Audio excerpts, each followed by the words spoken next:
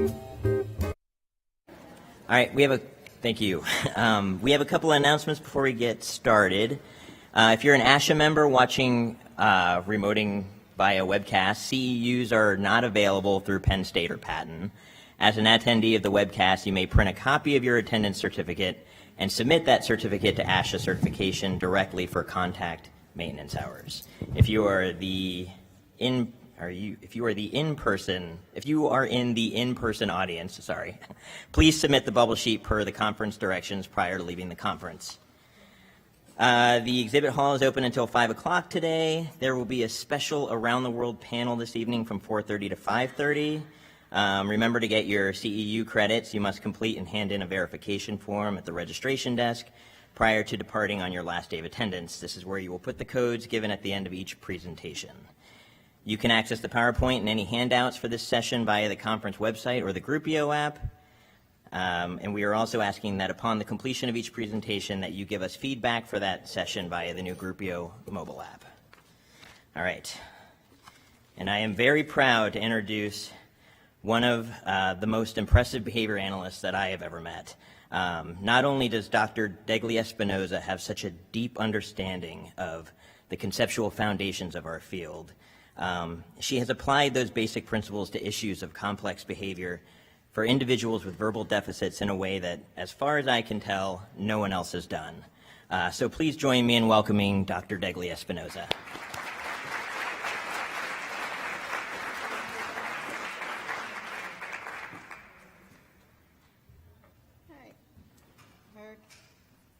Okay. Does that work? Yes, great.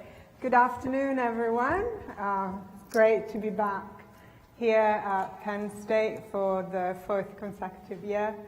And it's just a brilliant conference, and I absolutely love it, and I've made fantastic friends, and thank you for the beautiful introduction. It's the second time I've presented this topic, and this morning was the first time I've ever presented on this topic. It's a topic I'm very passionate about, and it'll be somewhat different from anything that I have presented here before. And how it came about was fairly simple. Mike Mikla sent me the usual invitation to participate, and this was before Christmas. And as usual, as I do every year, asked Mike Mikla, "Oh, what do you want me to talk about?"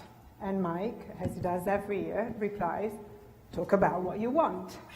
And while you might think that that kind of freedom would be a presenter's dream, sometimes having a few selected topics to choose from makes things a little bit easier. It focuses focuses you. And having really thought about what I've presented so far, the issue of multiple control in listener responding, conditional discriminations, and last year I presented on theory of mind. Now, it doesn't really get much more advanced than attempting a behavior analysis of theory of mind or attempting to demonstrate effective teaching procedures to establish theory of mind without children. We don't really go beyond that. So I thought, well, okay, it seems like I've kind of reached the end of my range of topics. And when you feel you kind of reached the end, one thing you can do is you go back to the beginning and you kind of go through it again. And so this is why I've chosen this topic, is very much the beginning of anything we do. Even before we think about what to teach, is really looking at curriculum planning and how we can organize our teaching contingencies in such a way that we establish a learning how to learn repertoire, as opposed to continuing to be committed to teaching individual discrete responses. So this is what I will be offering today, is a functional analysis of curriculum development. And I won't be asking you to commit to a specific curriculum. In fact, you may just as well continue to use whatever manual you're using. What I'm suggesting is that what I will be offering is an interpretative framework on how to organize our skills, how to define skills both structurally and functionally, and really looking at how to organize our objectives in terms of the stimulus control of every skill that we teach, and how that will then lead us to setting non-arbitrary mastery criteria that are relevant and correspond to the actual skill that we're teaching. So that's what we're going to be doing today. Now, curriculum development is something that's been in the history of behavior analysis for a long time, but also before, it's also part of other disciplines. Behavior analysis, as it often happens when it comes to attempting to explain human behavior, doesn't always find that field unoccupied. And that is the same for curriculum development or curricula in education. And one of the sort of important things that we learned from Vince yesterday morning was the sort of outstanding contribution that Skinner has made to education. But it also must be said that when Skinner began to be interested in education, the field of education had already acquired some important developments from other theorists, and the process of scientific pedagogy, in fact, really began in the 20th century with someone called Maria Montessori back in Italy, in fact. Moving on to Vygotsky and scaffolding, and finally Tyler in the late 40s, really looking at operational and defining behavioral objectives. So what I would like to do today is, in order to provide an analysis of curriculum development, I'd like to start with setting it into a historical context. And I will begin by presenting to you the historical contextual underpinnings of curriculum development theory and what we can learn from that, moving on to providing a structural analysis of the commonalities and differences that are typical of the curricular manuals that we all employ to various degrees.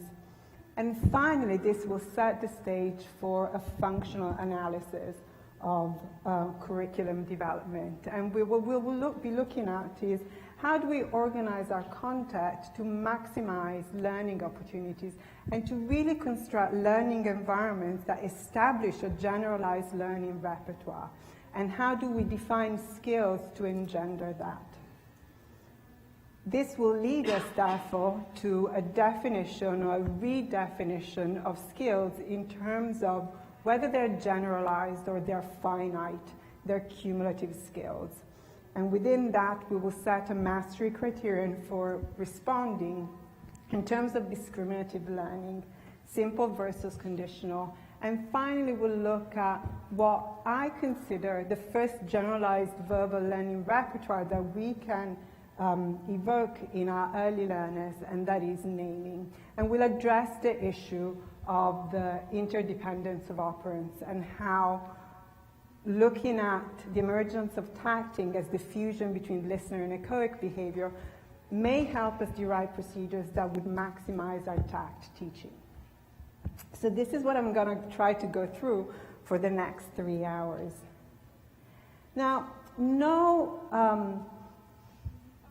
lecture, or presentation, or workshop on curriculum development would be complete without a Skinnerian quote. And so we are going to start with a quote on education. And education and curriculum development are inextricably linked. The curriculum is really the organization of the learning experiences through which education is delivered at whatever level. Now, let's really try and figure out what is education.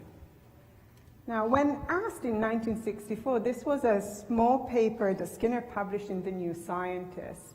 And he was really kind of optimistically trying to predict what education would look like in 1984. This is a pivotal, a significant sentence, and you will find it online when you type in Skinner and education. This is the one statement that often we see. And it's education. What is education? Education is what survives when what has been learned has been forgotten. Now, it seems a little bit counterintuitive. What has been learned has been forgotten. To really understand it, we need to be looking at what he says after that. Now, what do we learn in school? When in school, we often learn content that's specific to subject. Now, that content is information, sometimes it's specific dates, specific concepts.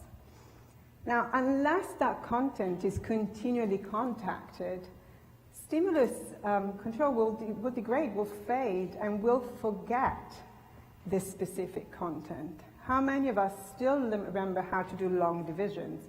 I don't. How many of us still remember specific facts about World War I or the French Revolution, other than their date? That's kind of specific interverbal responses will get lost unless they're continually maintained. But what survives is the ability to learn those responses again. So it's the specific strategies, the specific method of study that we have learned as a result of acquiring those specific responses. That's what education is. And he moves on to say, I hope really that in 20 years' time, those derived responses, those capacity to learn skills will be the focus of our educational system, as opposed to being just byproducts that emerge as a result of teaching specific content. Now, he of course was a little bit optimistic. In 1984, he published The Shame of American Education. I'll leave it at that. So that's how we can sort of think of as education, is preparing the student to acquire those learning skills, those learning to learn skills that will enable them to acquire novel content as that content is presented. And that's a fundamental aim, fundamental scope of all educators. All of us who teach, I teach at university, but I also teach students with autism. I'm not interested in whether my child or my student will know specific definitions. What I'm interested in is, does he get the main idea? Does he understand, having got that, how to apply that to novel situations? What I'm interested in is, does he have the capacity to learn novel content when this is presented? Because the specific content, unless you practice it continually, will go. So we can't really, however, really separate this learning to learn skills from specific content. And that's what we really call a curriculum. A curriculum in terms of a sequence, a hierarchical sequence of verbal statements that describe what, the actions of the student and the teacher. Well, where does curriculum come from? It's interesting, the origins of the word. It means to run, from correre, or correre from Latin, is to run. And actually what the word curriculum is the course of a race, and it's the tracks upon which the chariots would run and the tracks that guide the race. That's really where the word comes from, and it's a rather fitting word for what we do as behavior analysts working with children with autism. Think about it. It's to run is to accelerate. That's what we do, is we try to build the teaching contingencies to accelerate learning of our students. And that's why the word curriculum is rather fitting in this case, because our aim is really to change the developmental trajectory through effective teaching, and hence change the course of the race. So the word curriculum in this case, and how I would interpret it, is, well, how do we organize a learning environment really to accelerate learning? Because you can't possibly commit to teach every single permutation of every single response that there is to teach. Our child would need to continue to be taught one response after another, and that's not really what happens in typical development. What we need to be looking at is, what are those skills that once learned will enable our child to acquire or recruit novel responses within that same response class as quickly as possible. And that's really what we want to be, what I'll be doing for you today is I'll offer some suggestions on how we can view our existing curricula and organize them in such a way to achieve this learning how to learn skill and what they are. So we can look at curriculum having defined it in three different ways, really. We can look at curriculum as a syllabus, so as a means, as a tool to transmit knowledge, and as a product. And this is represented through sequences of objectives, from easier to more difficult, and the definition and measurement of attainment. So once those objectives are met according to a specific criterion that we've set, we would then use that as a measure of attainment. So a curriculum as a product, a curriculum as a syllabus. And this is really how we interpret curriculum in our field. If you think about the number of manuals that have been published since the late 90s. We can also look at curriculum as a process, and more specifically as an inductive process. Now, in curriculum development theory, and there is actually a strong movement in education that we refer to as curriculum development theory. There's been a shift from the late 1950s, 60s, from what was considered a mechanistic view of organizing context in which each objective was divided into smaller steps and then taught specifically, to the necessity to the shift to think of curriculum development not just as the construction and design of a product, but as a process, as an inductive process in which we organize our learning or the learning of our students, not just in terms of a syllabus that needs to be followed, but in terms of a proposal to be tested. So there's a greater commitment to an inductive process, to an emphasis on really empiricism, testing what we're teaching and taking into account the strengths and weaknesses of our student and developing teaching strategies based on that and sequencing learning and modifying it accordingly. Two, curriculum development as a praxis, as a set of practices that guide the organization of the teaching. When we think about curriculum as a praxis in this case, we're looking really at how we develop the content within the social context and how the interactions between the adult and the student, the teacher and the student, guide that learning. So there's a little bit of a return to good old Vygotsky scaffolding or assisted performance. Now, these are sort of the three main dimensions through which we can look at curriculum development. Curriculum as a product, as a syllabus, as a process, or as something that happens within the social context that encompasses a syllabus, but also teaching experiences. Now, I like to think that in the field in which we are, for us, curriculum development is not just a manual, but it is a process and a praxis, in that we do have to make reference to a manual because that will enable us to teach skills not out of sync, but that these skills are embedded within interacting teaching practices, and that objectives are taught through a range of teaching strategies in a range of social contexts, whether it's a context in which we follow the child's motivation to select objectives, those are kind of the more naturalistic intervention, or one in which we strictly adhere to a 3-term contingency as in discrete trial training. So that's how we'd like us to view curriculum development, not just as the construction of a series of hierarchical verbal statements regarding the objectives, but as an interactive process.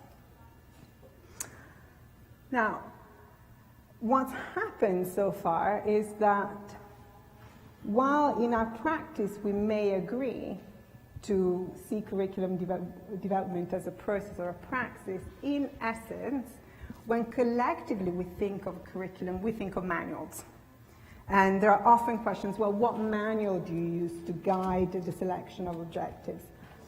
Now, there used to be very few. When I did my PhD thesis, and I began in 2002, There were really 4 or 5 main manuals. There was the Me book that was published in 1982. There was Bridget Taylor's curriculum that was a chapter in the Catherine Maurice and Luce and Green book. There was the IGS and a work in progress. Those were kind of the main manuals that guided the selection of our objectives. The theoretical underpinnings were very similar. There was a strong focus on language, but not a functional approach to language. That came in the late 90s with the publication of Sundberg and Partington's manual, and really the incorporation of verbal behavior, Skinner's taxonomy, to the organization of curricular content. Now, since then, there have been many published curricula, many published manuals, and these are just some. These are just a selection of what is currently available, and there seem to be at least one every couple of years that appear. Now, what do they all have in common? Now, we said curriculum is the organization of content, the transmission of knowledge. They all have that in common. So they all have in common a structure.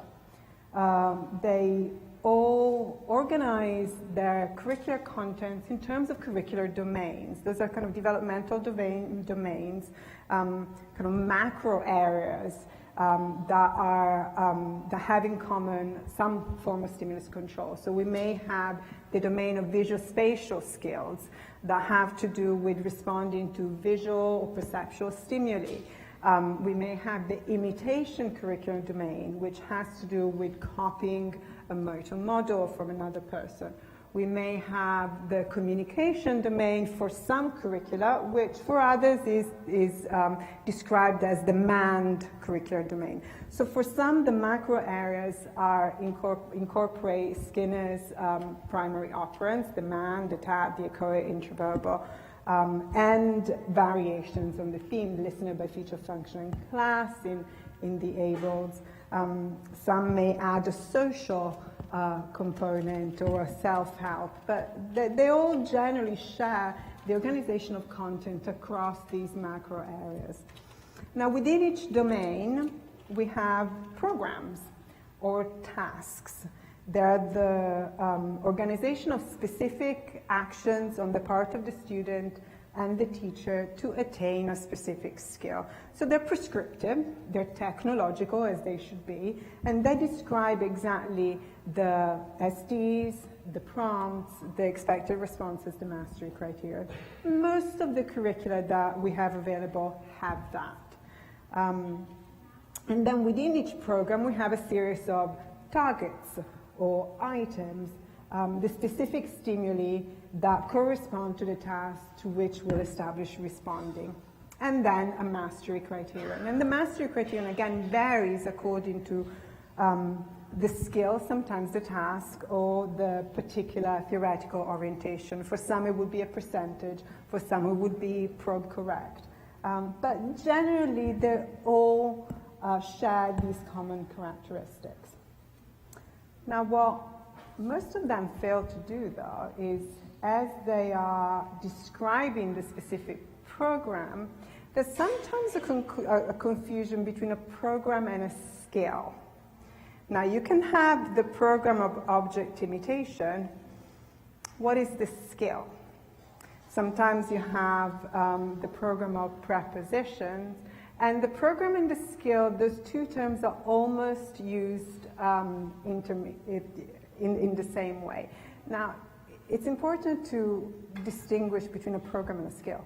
A program is the specific actions which we engage to develop a skill. So a skill may have multiple programs. You can master a skill, you can't master a program. Okay? So that's an important thing. But the other thing that they fail to do is for each skill or for each task, they don't always point out the exact source of stimulus control. And I have talked about this extensively in the context of teaching responses to questions. Now, unless you teach the skill of discriminating the questions, those responses will come under very restricted stimulus control, leading to conditional discrimination errors, which is something that we see often in our children. So what I would suggest is that, yes, all these things are useful, but what we must do is move towards a technology that not only defines the prompts and provides an operational definition of behavioral objective, but that explains to us exactly what the stimulus control for that skill is. And only if we do that, then we'll manage to recreate those contingencies or derive procedures that really bring that skill under the natural source of stimulus control. It's not really about natural sources of reinforcement. Whether that particular skill will be maintained by social reinforcement versus tangible, because we know how to manipulate schedules of reinforcement in such a way that reinforcement may not need to be delivered for a long time, but it's really bringing that skill under the correct source of stimulus control. And if we do that, then we won't really need extensive programming on maintenance and generalization, because that response will already have been trained under the source of stimulus control, which naturally maintains that skill in the non-contrived environment. So this is really how we need to start shifting our curriculum programming from a mere organization of objectives to understanding the stimulus control for everything that we teach. And so it's important that we kind of look at curriculum not just as a set of plans to implement, but an active process in which what we teach then informs what we will teach next. Now, what do we know about organizing our curriculum? Well, there's a little book. It's 83 pages that has had an immense impact on the educational system, not just here in the United States, but pretty much all over the world, English speaking. And it's called Basic Principles of Curriculum and Instruction. Now, in this little book, Tyler attempts to answer 4 basic questions about how we organize, that will guide the process of curriculum development. Now, they're inherently behavioral, and we can use these to guide the construction of, or guide the interpretative framework of our curriculum development. Now, these are the questions that he suggests need to be answered when thinking about developing effective curricula in education. Now, curriculum should be able to answer the question of what are the educational purposes that the school should seek to attain. We'll then turn them into behavioral, into our terminology, but think about it. What he means here is, what are your objectives? Define them operationally. Now, what are the experiences that you're going to create to ensure that those objectives are achieved? This has to do with teaching practices, with the strategies and techniques that we use to achieve those objectives. How do we organize those teaching experiences, those objectives, so in an organized way? This has to do with hierarchical sequencing of our objectives so that we have maximum cumulative effect. What does it mean? So that each skill forms the prerequisite for the next skill. The next skill should not be more difficult to teach. It should be easier. And how would you then determine whether our teaching is effective and whether those objectives have been met? Well, if we take these 4 questions, which are important questions that we all must be able to answer if we're interested in designing effective curricula, we can turn them into what we know how to do best. And it is an operational definition of learning objectives. It is important that we not only specify the behavior the child engages in operationally, but also that of the teacher. But again, I would suggest that we may need to go beyond that and really look at defining the source of stimulus control.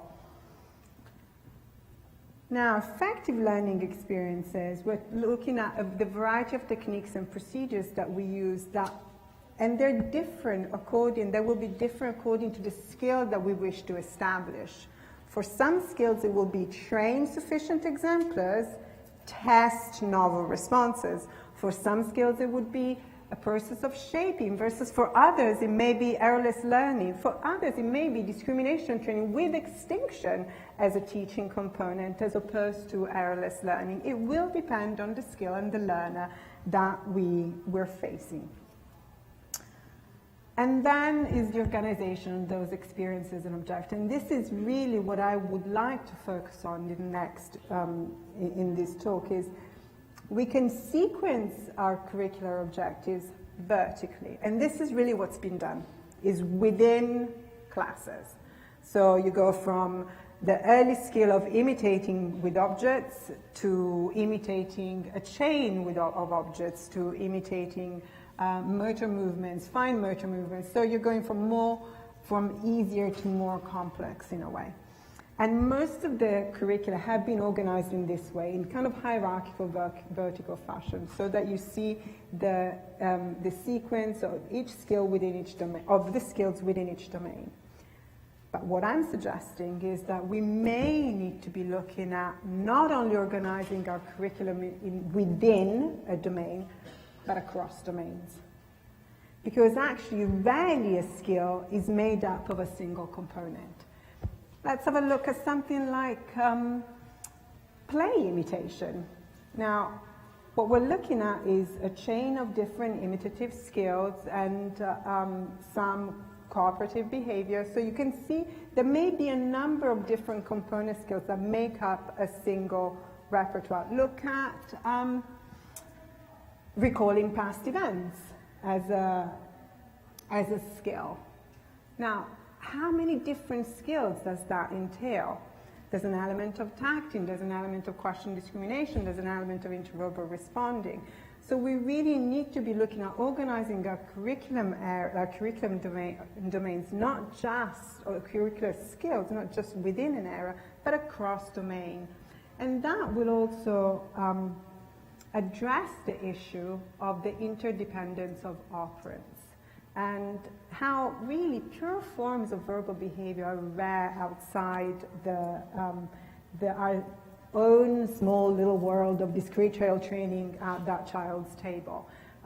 There's no such thing really as a pure tact. Rather, you go into a room and say roof or ceiling, lights, wall, podium. Rarely we say things without there being a verbal antecedent. So organizing our curricula across domain may help us in teasing out the stimulus control that really makes up most multiply controlled behavior. And finally, we want to make sure that our data-based evaluations are based on a non-arbitrary criteria of mastery and generalization. And so we need to be able to answer the question of, well, when is a skill mastered? And also, when is a response mastered? And remember that responses and skills are two different things. The single instance of a correct response does not make mastery of a skill. And we must be looking at two different mastery criteria. So this is what I'm hoping to do, is to offer you this framework and how we can organize and look at the existing curricula that we use through this lens, through a lens through a functional lens of curriculum development. And I will give you a little illustration on what it looks like to have all these elements together in effective intervention, when we're looking at curriculum development not just as a product, a syllabus, but as a praxis in which or as a process in which we're using a variety of teaching procedures. We're committed to generative learning, and we're delivering the teaching in a variety of social contexts. So I will show you a video of a project that we ran in Italy. The video is in Italian, but it doesn't really matter because there isn't a lot of speech. It's a project that a group of very, very talented BCBAs, behavior analysts, had been running for a number of years. This is the 8th year, and you will hear about this in the next presentation, the panel discussion about what intervention looks like around the world. But in Italy, mainstream education is the only option for all children. We do not have specialist classes. We do not have specialist education. So mainstream education is compulsory. And this can be advantageous in some cases and challenging in others. But what we do once a year for 2 weeks is we create our own little amazing world of ABA education in a small town near Bologna called San Lazzaro. The project is organized by an organization called Pane e Cioccolata, or Bread and Chocolate, two of my favorite things. And it's really a group of us, kind of behavior analysts, who have really worked hard to demonstrate the effectiveness of evidence-based education in the land in which psychoanalytic views of autism ran riot for a number of years, or were the dominant theory for a number of years. But things have really changed. So what you will see is how we can organize the process of curriculum development within an environment that's built to facilitate learning. I have one story about this video, and it's most of the videos that you've seen me use are clearly homemade. There's generally me with a camera, no tripod, and they're all shaky. But this one is professionally made. So one of the things that we wanted to do was really to have something that we could use to disseminate the kinds of amazing things that happen for 2 weeks at the summer school. The summer school has several stakeholders: the children who access it, the BCBAs who receive ongoing supervision, the observers. We take on 15 observers a week. They have a BCB assigned to them, and they observe what's going on. And obviously the parents and families of the children who attend the summer school. 3 years to 19 years of age, we run it 1 week the older kids, sort of elementary school and upwards, and 1 week is the smaller children. So the video has both weeks meshed together. So generally, most of the videos we show are homemade. This one is professionally made. We decided to give a present to all of us, and we employed a professional video maker. This is the second time we've done it. Last year, we said, have free reign. We just want you to do a video that shows what you see, what an outside person would see coming into the summer school. Now, the video was beautiful. It was a work of art, beautiful shots, beautiful music, but really didn't illustrate exactly what we did, our teaching practices for. So this year, we had a BCBA with the video maker every single day saying, video that's that one, that shows that.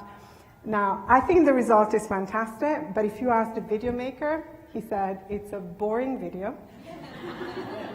It really doesn't kind of evoke any deep emotion. And it's just boring.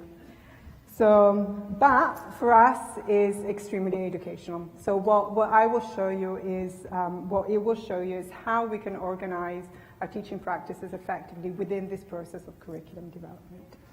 Now, I'm afraid the people who are following us through webcast won't have access to either the sound or the visuals. So I apologize for that. But obviously we need to protect the privacy of the children. And here it is.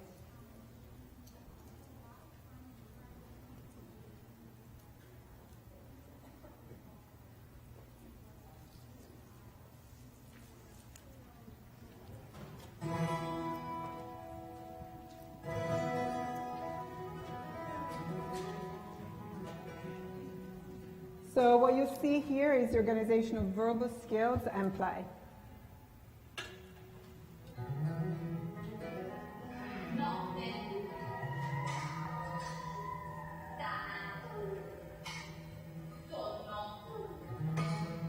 that's echoic training, is generalized echoic training, a range of words with FR1 for production and token economy.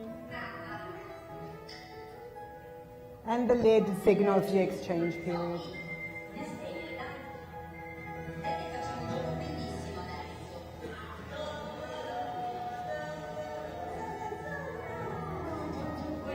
Man training.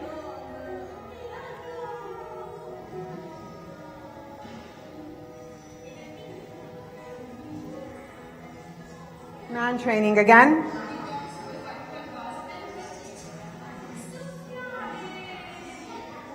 Blow, that's what he asked for. And manding for different items to complete an activity. So you see a range of curricular skills.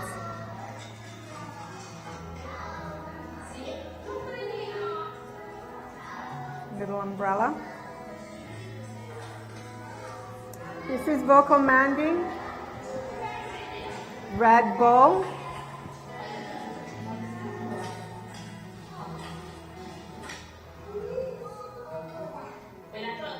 Spin.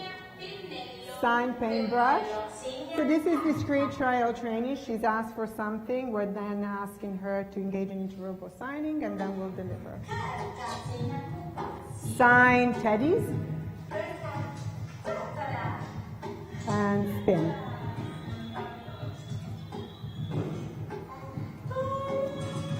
So, what do you want? Now. So he's now asking, so this is one way that we work on transfer across operands. So he has learned all these things as tasks, and we find an activity in which he can then demonstrate them as mans. They're kind of cheat mans, as I call them, in that his ultimate reinforcer would be something he would access at the end of the activity, but because we're now in a chain, each item really functions as a conditional reinforcer for the next step. So he'll then get closer and closer to the direct reinforcer. What color? What color is the cow? He's discriminating the question. Color white. He's asking for dog. Color blue. So the blue dog. What does the dog say? Woof woof. Imitation. Play. Imitative play.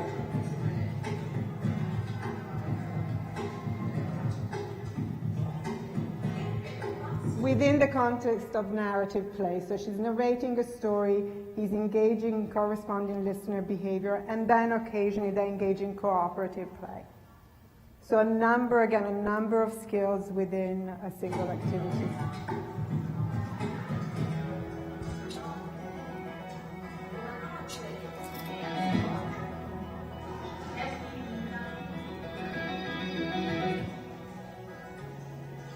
Going back to early learning skills, man training. And the whole summer school is organized with individualized curricula across a range of teaching contexts. Water and soap.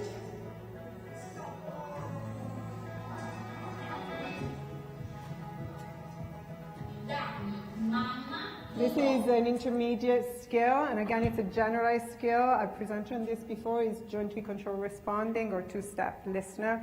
In this case, it's two-step labels. So he's going to engage in an echoic response and then select. The stimuli are new. He's never, and the specific examples are irrelevant.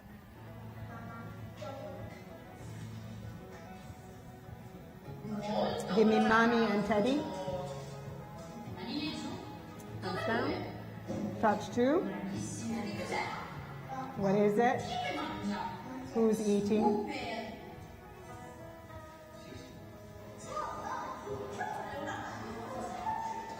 We'll go a little bit more. With listener skills, so she's telling a story. It's discriminative learning. And and then goes in the color. Play skills. Again, it's a combination of imitation, listener skills, reciprocation.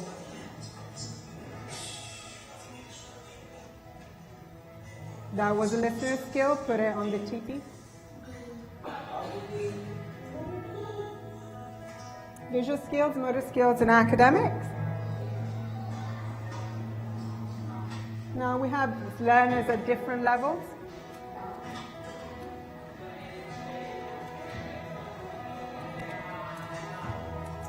This is a generalized motor skill. Sorting.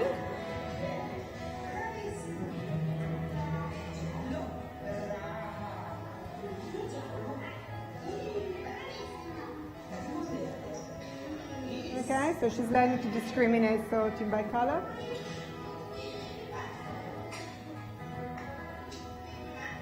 Do this, it's an imitation. Cuddles, he's asking for cuddles. Range of academics within a classroom context. So, in this case, it's writing your name and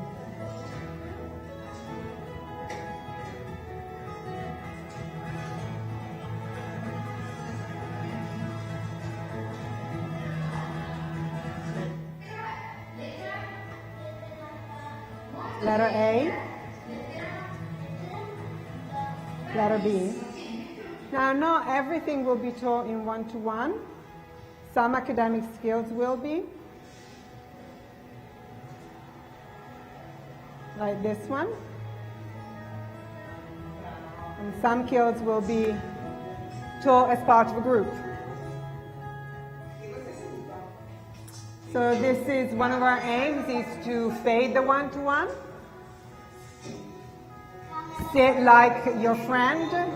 So observational learning, imitating someone else. I have a horse. What do you have? This is sequential discrete trial training. I have a bird. He doesn't answer. He does. Let's put them all away. Bye-bye, bird. And then there's a group reinforcer. Help me out. One blows. Imitation.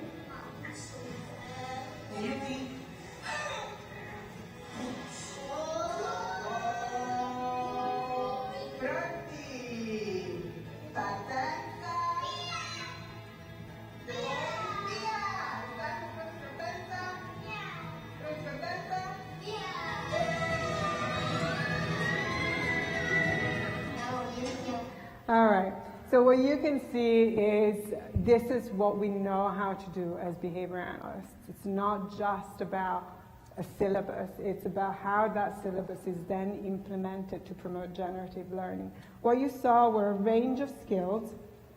Let me take this off. And some of them were quite complex skills, like the play skills encompassed a range of different components, from imitation to reciprocation of comments to manned information items to imitation. And that's what we mean when we're looking at curriculum development. Not just organization of content within domains, but across domains and across a range of contexts. This is curriculum development as a process, the organization of all the learning activities to facilitate and accelerate the acquisition of skills. So, let's move on. So we've talked about the curriculum development, we've talked about the syllabus, but let's really try and go, and we talked about those things in general, let's really focus on specifically what a curriculum should do in its essence when we look at it technologically. Yes, it should be a range of statements, they sort of specify the behavioral objectives, but we also must recognize that any statement about behavioral objective really should represent a statement of change within the student. Now, when we're talking about change within the student, we're talking about change in behavioral classes of responding, change in behavioral repertoires. Now, we're talking about change in behavior, and we're talking about teaching. We really must consider the changes in stimulus control. Now, what I am going to argue is that we need to be thinking of shifting the source of our stimulus control when it comes to curriculum design, and no longer be concerned with strict mastery criterion by which we define the acquisition of a skill based on an arbitrary number. He has mastered actions, tacting actions, when he's got 25 actions. Is that truly an accurate description of mastery of a specific skill? It can be. It's an arbitrary number. Why 25? Why not 50? Why not 10? There are infinite number of actions. Why not all the actions in the dictionary? So there must be a consistent criterion that we should be able to use to define mastery of a skill versus mastery of a response. We need to transition towards that. We need to transition towards a system that provides both a structure for organizing our content, but also provides us with a functional analysis of those skills. And only through that, only through really understanding the type and the kind of skill, that we can then maximize learning opportunities so that we evoke learning to learn skill as opposed to specific responses. And this brings us back to that original quote by Skinner. What is education if not what survives after all learning has ended? After your schooling experiences ended? It hasn't got anything to do with maintenance of responding or retention of specific response. I've told you to tact wall and attest it after 7 days. That's maintenance, or retention, if you want to call it that. So nothing to do with that. Is what are the skills that you learned as a byproduct of content instruction? And my suggestion is that we are at the stage where we can organize our curricula so that those skills are taught at the outset. That we don't just train and hope that our child will learn how to learn, but we train to generalize. Point 9 on Stokes and Bear, 1977 paper on generalization. It's just in the, it's such a powerful point, and it's lost. Train to generalize means understand and organize your contingencies so that new learning can occur, but you have to teach that. You have to treat it as an operant response. It's a common goal for all educators. All educators wish to impart to the student not only the reinforcing power of learning, the beauty of acquiring new information, but the capacity to acquire new information in the absence of specific instruction. We can do that, but we need to be looking at a functional analysis of the skills. So, what does a functional analysis lead us to? It leads us to firstly understanding the type and function of the skill that we're teaching. Why are we teaching it, and what type of skill is it? Understanding the stimulus control for that skill. What are the antecedents that generally govern the emission of that behavioral repertoire in the non-contrived environment? And this, if we can do this, then we will have an interpretive framework for understanding and organizing skills that will promote generalized learning regardless of the theoretical orientation. So what do I wish to do? Now we can do it 2 ways. I can give you a recipe book with all the various skills that you have seen in this video.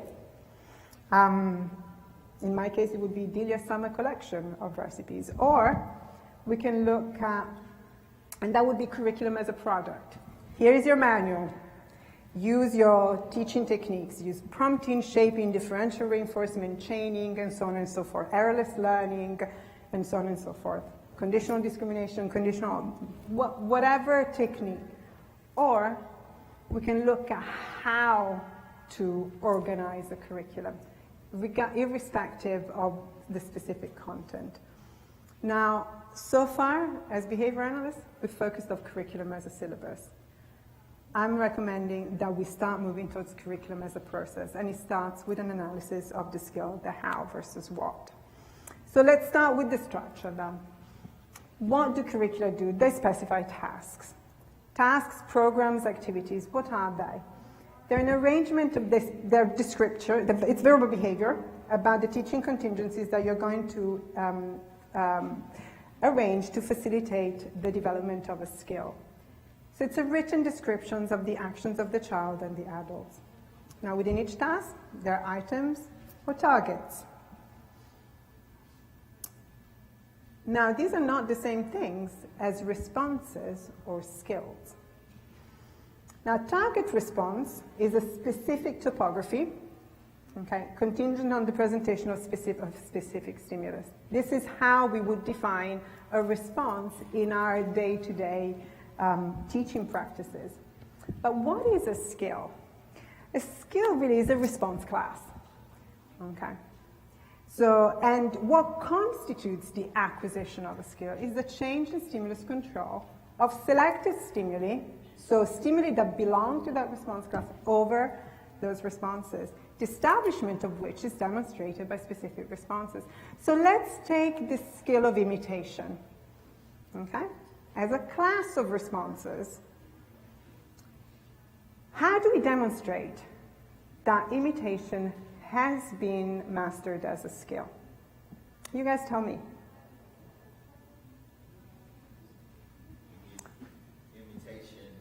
You get imitation without prompting, you get spontaneous imitation. Define spontaneous imitation for me. I agree with you, but I think we need to be a little bit more specific. So you get imitation without prompting. Okay, I would say, okay, you get independent responding.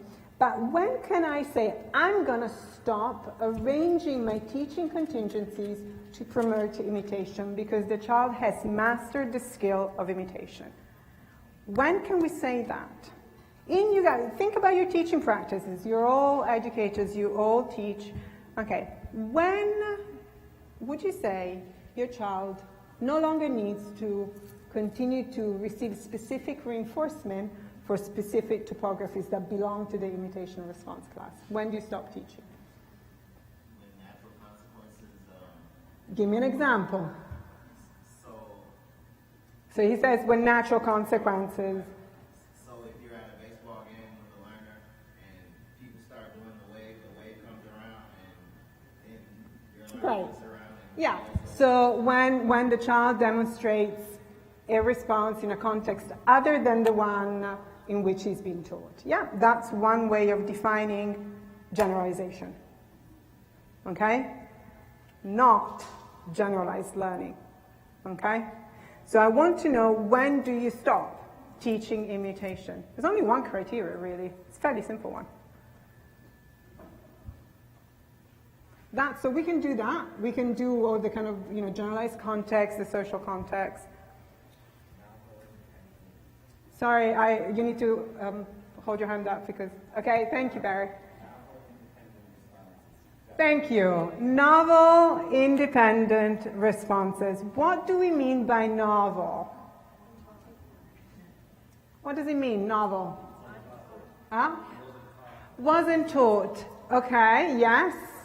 So with no prior history of reinforcement. So that's for imitation. So we know that the skill of imitation has been mastered, okay, or generalized is slightly different in this case.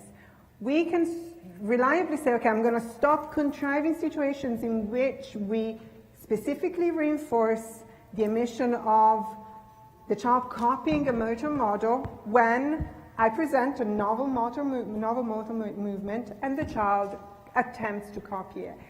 He may not be perfectly accurate. That's it. That doesn't matter. Okay. If I showed you a salsa step, I would be pretty sure that you would attempt to do it. so that you would demonstrate generalized imitation, but you probably wouldn't be very accurate, and I'm not going to do it, don't worry, okay? But that's what I mean. It's not how accurate it is, but the fact that there is an approximation to that, and it's different from anything else that the child has done. So that's for imitation. It's interesting, isn't it?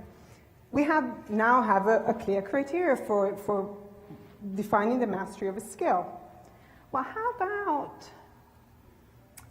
selecting common items? So what's traditionally called receptive labeling, what's untraditionally called is manded selection responding. So I say something, or auditory, visual, match the sample. I say touch bottle in an array, and you touch bottle. When do we stop teaching listener responses or receptive labeling? Selecting common nouns. When can we say the skill is mastered? Not the response. You tell me. Anyone, what criterion do you use? Tell me.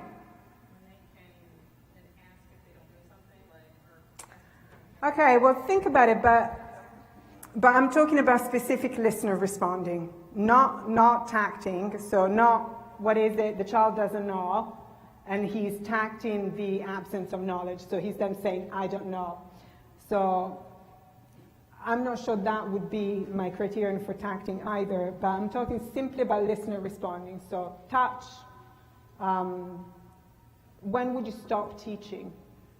Would that still be your criterion when you say touch bottle and the child is not engaging in that? Well, I guess I was thinking more of like locally, like if someone says a direction that I don't know how to follow, like. So you would do nothing. Yeah. You know what I mean? Like, Think about an early learner though, okay? When do you guys stop teaching receptive labeling? As a skill. As a response, it's easy. You know, once the child is engaged in a conditional discrimination, kind of responding X amount of times for that specific item. When the SD comes from different people. Okay, so that's an example of generalization though.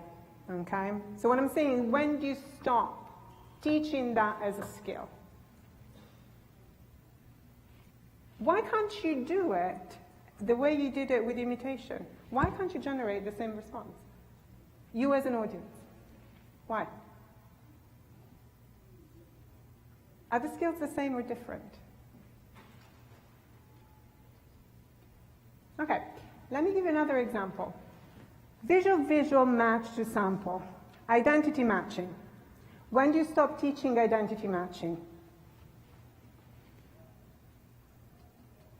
Apply the same rule that you did to imitation.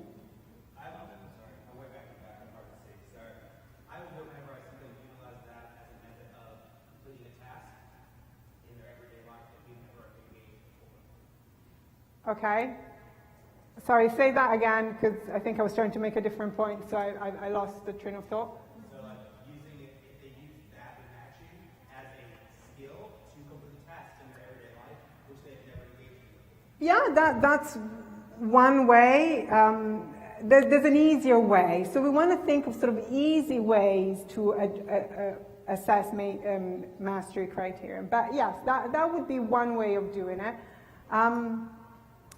You know, think about the criterion that we set for imitation, novel independent responses.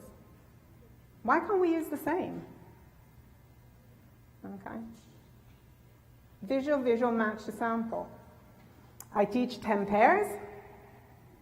I test 10 pairs that have no prior history of reinforcement. If the child does it, we know the underlying skill is there. Then it'll be a question of application in different contexts. And then we can look at sequential generalization if we want to.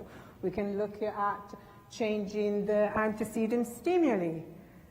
But there's a difference between generalized learning and program generalization. Okay? They're two different things. Okay? And maintenance. So why can't you apply the same criterion of mastery that you did for imitation and visual match to sample to receptive labeling? All I'm asking is, when do you, in your practice, decide you're going to stop teaching receptive labeling as a skill because your child has got it? I feel like I would stop teaching at the point that stimuli that are relevant to his environment, his or her environment, are learned and independently labeled. Okay, but independently, you can't be, you always need an antecedent. So I could have, okay, I've taught you bottle in the discrete trial training environment, and then we're in a situation in which I need a drink, and I say, can you pass me the bottle? Can you go and get me the bottle? That's an example of generalization. And that would be a generalization of that response. And I'd be happy with that as a demonstration or acquisition of that response. I'm still trying to get to when do you stop teaching the whole skill? I will tell you, but let's see if we can get there. That's an example of, again, stimulus generalization. So when you can, new examples of bottle. Again, it's linked to the specific response.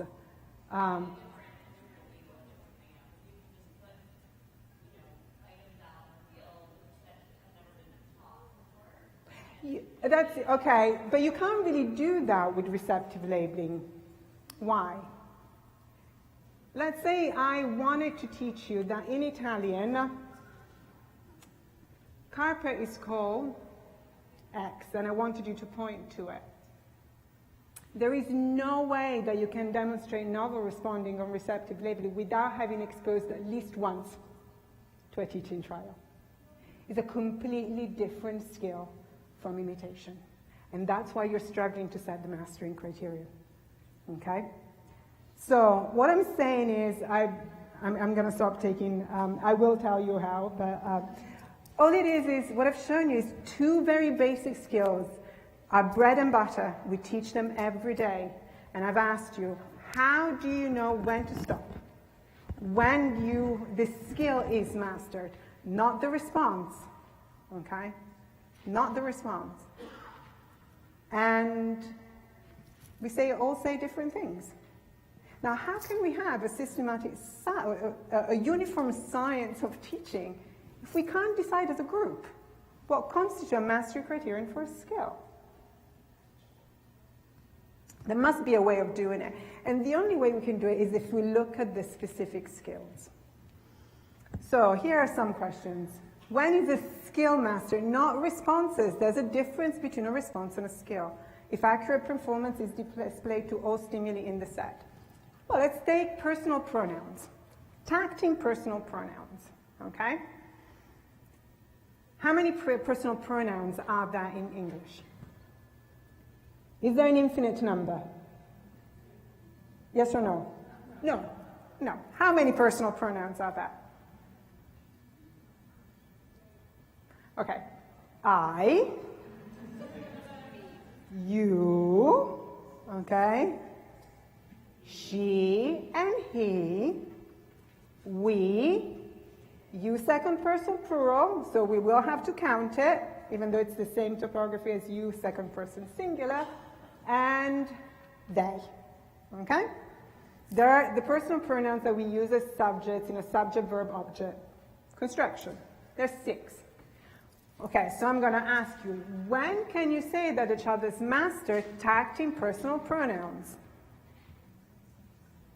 When he's displayed accurate performance to all the stimuli in the set. Yes? Do we agree? We can. Why? Because personal pronouns has a limited number of responses, of topographies. There aren't an infinite number. So it's easy to set the mastery criterion at that skill, for that skill. We can't say he's mastered personal pronouns or tacting personal pronouns at whatever level we define the objective. So I'm not talking about that. If he only engages in he and she. Okay, especially if he has autism and there's a real issue with pronoun reversal, but I'm not going to talk about that one. Okay? So we can't say he's mastered the skill. So that kind of, again, leads us to the necessity to define the kind and type of skill we're teaching before we set mastery criteria. If the child demonstrates a response not previously taught, yes, absolutely. We can do that for certain skills, skills for which the specific topography is irrelevant. Okay. That's for imitation, for visual match to match sample. The specific SD is not really the stimulus control. Okay? So we can do that for those. We can say, okay, he's mastered matching where he demonstrates novel responding, responses without novel topographies, without a history of reinforcement, because the actual response that we're establishing is a copy me response, and the specific examples do not matter. Okay, but anything that has to do with vocabulary acquisition has to do with specific topographies. Now, for personal pronouns, we can set the mastery criterion for the skill at all stimuli in the set. We can do that for prepositions. Okay, in, on, under, on top, between. Okay. How about receptive labeling? No, we can't do that because you can't possibly teach all the stimuli in the set. There's an unlimited number of stimuli. So you cannot have a specific number. You cannot say, he has mastered receptive labeling at 100, at 200, at 300, 500, 1,000. You have to use a different criterion for specific skills. Those are cumulative skills. Yes, there were a couple of questions. I'll take that one. What if it was tied to another skill? What if receptive criteria was tied to the task, and you could say you achieve mastery if given the task, they could always be more properly? Yes, so I can set that, but again, I have to specify. So that would be my generalized skill. It would be being able to demonstrate the listener part, having only been told the speaker.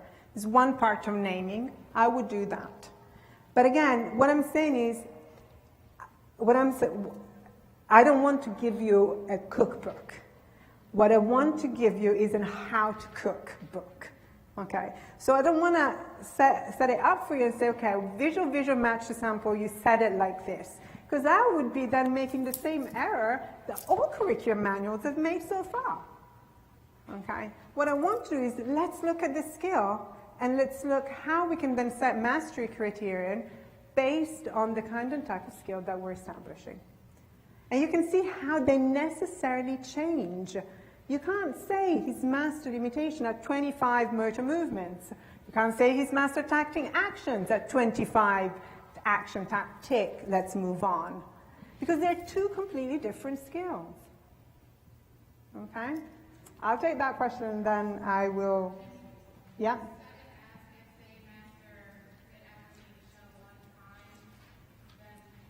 Yes. Yes. So what the lady is suggesting is, can you set a mastery criterion based on the number of trials required to demonstrate acquisition of that response? That's pretty much the only mastery criterion you can have for skills with an unlimited number of exemplars, because anything else would be completely arbitrary. Is how long does it take you to learn a new response? If it takes you less than 3 trials, one for prompt, one for transfer, one for discrimination, then I pretty much know that when you're out there in the non-contrived environment, the natural environment will do its job. Okay? That's pretty much the only criterion you can. You can be 3 trials, it can be 5 trials. Okay? But when you have a skill with an unlimited number of items, stimuli, or exemplars, you can't put a number on it because it would be completely arbitrary. You can only put a number when the skill has a specific number of responses, topographies within the set. And some skills are like that. Prepositions, weather, emotions, if we're talking just about tacting emotions, colors. I know there are hundreds of different colors, but once you've taught the primary colors, the secondary colors, and a few odd ones, pretty much done. Okay. So, why was it so difficult to set mastery criteria? Just as practitioners, between ourselves, we share terminology, we share a theory, a conceptual analysis. We all have been teaching for years, yet we still struggle. And we set it in different ways. Now, it's because we haven't really given a lot of thought about how we define skills. So what I'm suggesting is we're gonna take a break now. It's 2:35. We'll take a 10-minute break, and when we come back, we're going to be looking at how, if we have a consistent method of defining skills and distinguishing them between generalized skills, some would call them generalized operant, but Charlie Catania is in the audience, and I'm just not going to do that just yet, and cumulative skills, or finite skills with limited or unlimited number of exemplars. If we can then develop a framework based on this distinction, it would lead us to establishing accurate mastery criteria that are not based on a lottery of arbitrary numbers. I'll see you in 10 minutes.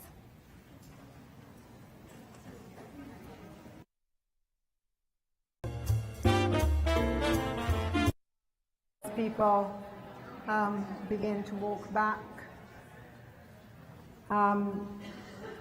So the way where we left it was, well, how do we define skills? And why is it important to define skills? Because we need to agree on a common definition of what constitutes mastery of a skill. And this is regardless of your commitment to a particular manual. There must be a systematic way or uniform way that we can define whether, yes, that skill is learned, no, that skill requires further training. So I threw out some questions. Could it be if accurate performance is displayed to all stimuli in the set? Yes, we could have that criterion if the skill can be reduced to a limited number and specific number of topographies. If performance occurs outside the teaching context, so if I have taught the skill reinforced the skill mainly in a structured situation, the child now emits the same responses in a social context or in more naturalistic environment.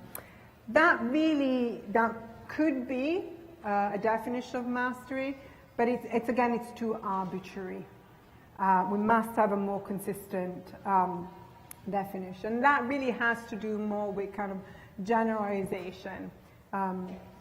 If the child demonstrates a response not previously taught, yes, we can have that criterion, but it's only applicable to skills for which the specific topographies don't really matter. So I gave you the example of, well, to know that carpe in Italian is, I need to let you know what it is at least once, okay? So you wouldn't be able to demonstrate a novel response on a specific vocabulary because you need to have been exposed or made contact with that specific verbal topography at least once. So carpe in Italian is moquette. So if I said touch moquette, then now you'd be able to do it. But it might just be the only word you know in Italian. So to make sure that you actually do know that word or that response, I would have to ensure that you have learned at least a couple others and demonstrate discrimination. So this is the difference between learning a response and acquiring a skill. Well, how about when the skill is generalized? A lot of you, when I asked for a mastery criterion, really discussed or produced responses that had to do more with stimulus or response generalization. It's a good criterion, but it's a criterion for generalization. And so how do we define generalization of a skill?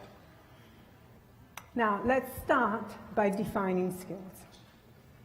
So I want you now to think of one of your students, a student that you know relatively well, and you know his or her curriculum, the programs, the tasks that you're currently working on, okay? Those of you who are consultants, don't work day to day with a student. I want you to think of the last student you programmed for, the kind of last curriculum you updated, okay? So I want you to think of that student. I want you to think of the skills that you're currently teaching. So within the domain of communication, within the listener domain, within the speaker domain. I want you to think of those, okay? Give you about 30 seconds. So think of your student, the skills you're working on. Don't want responses, skills, okay? So if you're teaching bottle, under which conditions are you teaching bottle? Is it as a receptive label, as a listener response, or a selection response? Is it as a tact? Is it as an intraverbally controlled response? Okay? So I want you to think of the skills you're working on. Okay. Now, let's see whether we can begin to apply a system for defining skills. Now, the difference between the difficulty that we all found in establishing a mastery criterion for the skill of imitation versus receptive labeling was that the skills are completely different.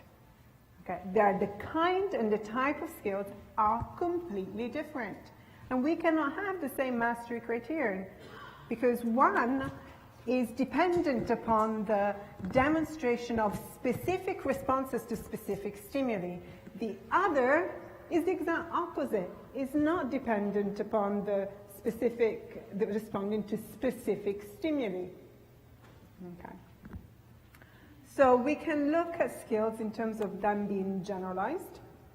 And by generalized skills, we mean a response class, okay, in which more than one novel response can be recruited, can be demonstrated. So novel is no prior history of teaching or reinforcement, can be established as a result of having established individual but different responses within that class. I'll unwrap that for you. Imitation, I have taught do this, I've taught do this, I've taught do this in a simple successive discrimination. I have taught this, do this. Now I test. So these have a history of reinforcement, they have been taught. And now I test. And I'll do this. The child does it. I'll test another one. I'll test this. No history of reinforcement, no prior, the child does it. I'll test this. The child does it. So this is an example of a skill in which I can train X amount of exemplars, and the number of exemplars will depend upon the child. So there isn't a specific number of sufficient exemplars, okay? But what we have is an example of a generalized skill in which I train a specific number of X amount of exemplars, and I continually test for generalized learning, the ability to acquire responses or to recruit novel responses within that response class. Without those responses, they're novel, having been previously reinforced. Now, some skills lend themselves to this, and we define them as generalized skills. They're the skills not linked to specific vocabulary, to specific topographies. Okay? So, here are some examples. Motor imitation. Visual match to sample. We're less concerned with the specific exemplars at hand. We're more concerned with, if I give you some novel pairs, have you got the idea of identity matching? Same. Okay? That is really the skill. The skill is identity matching. It's not matching elephant with elephant or monkey with monkey. Okay? However, with receptive labeling, it is precisely responding accurately in correspondence to the auditory stimulus. Okay, so if I say get bottle, I want the child to get the bottle, not the cup. So it is specific to the antecedent stimulus. So we have some generalized skills, and then we have some skills that are called finite or cumulative skills. These are the skills for which responses require at least one teaching trial. So you need to have contacted that relation at least once to be able to emit that response. So it requires at least one instance of reinforcement, one teaching trial. is required to establish any novel response within that skill. This is a broad definition of a cumulative skill.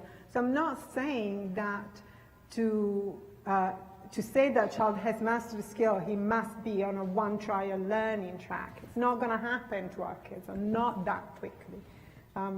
So the skills that we define as cumulative are those that have to do with specific vocabulary, for which the specific topography is important. Okay? Now I want you to think of your student again. I want you to go in your head through the various skills or tasks that you're teaching. Okay? And I want you to define in your head whether, based on this system, you're teaching each skill is either a generalized or a cumulative skill. Okay? Now, can you do it? Should be able to do it.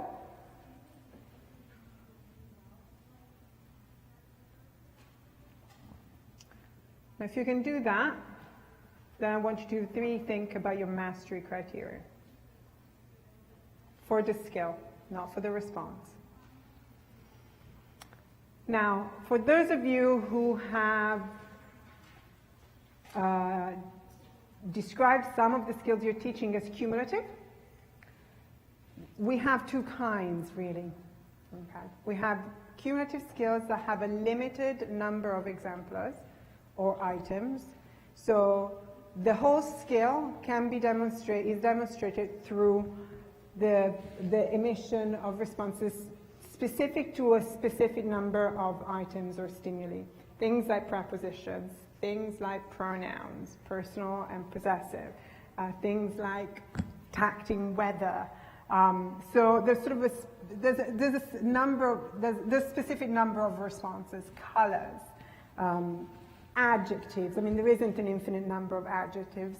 So we will call those cumulative skills with a limited number of items.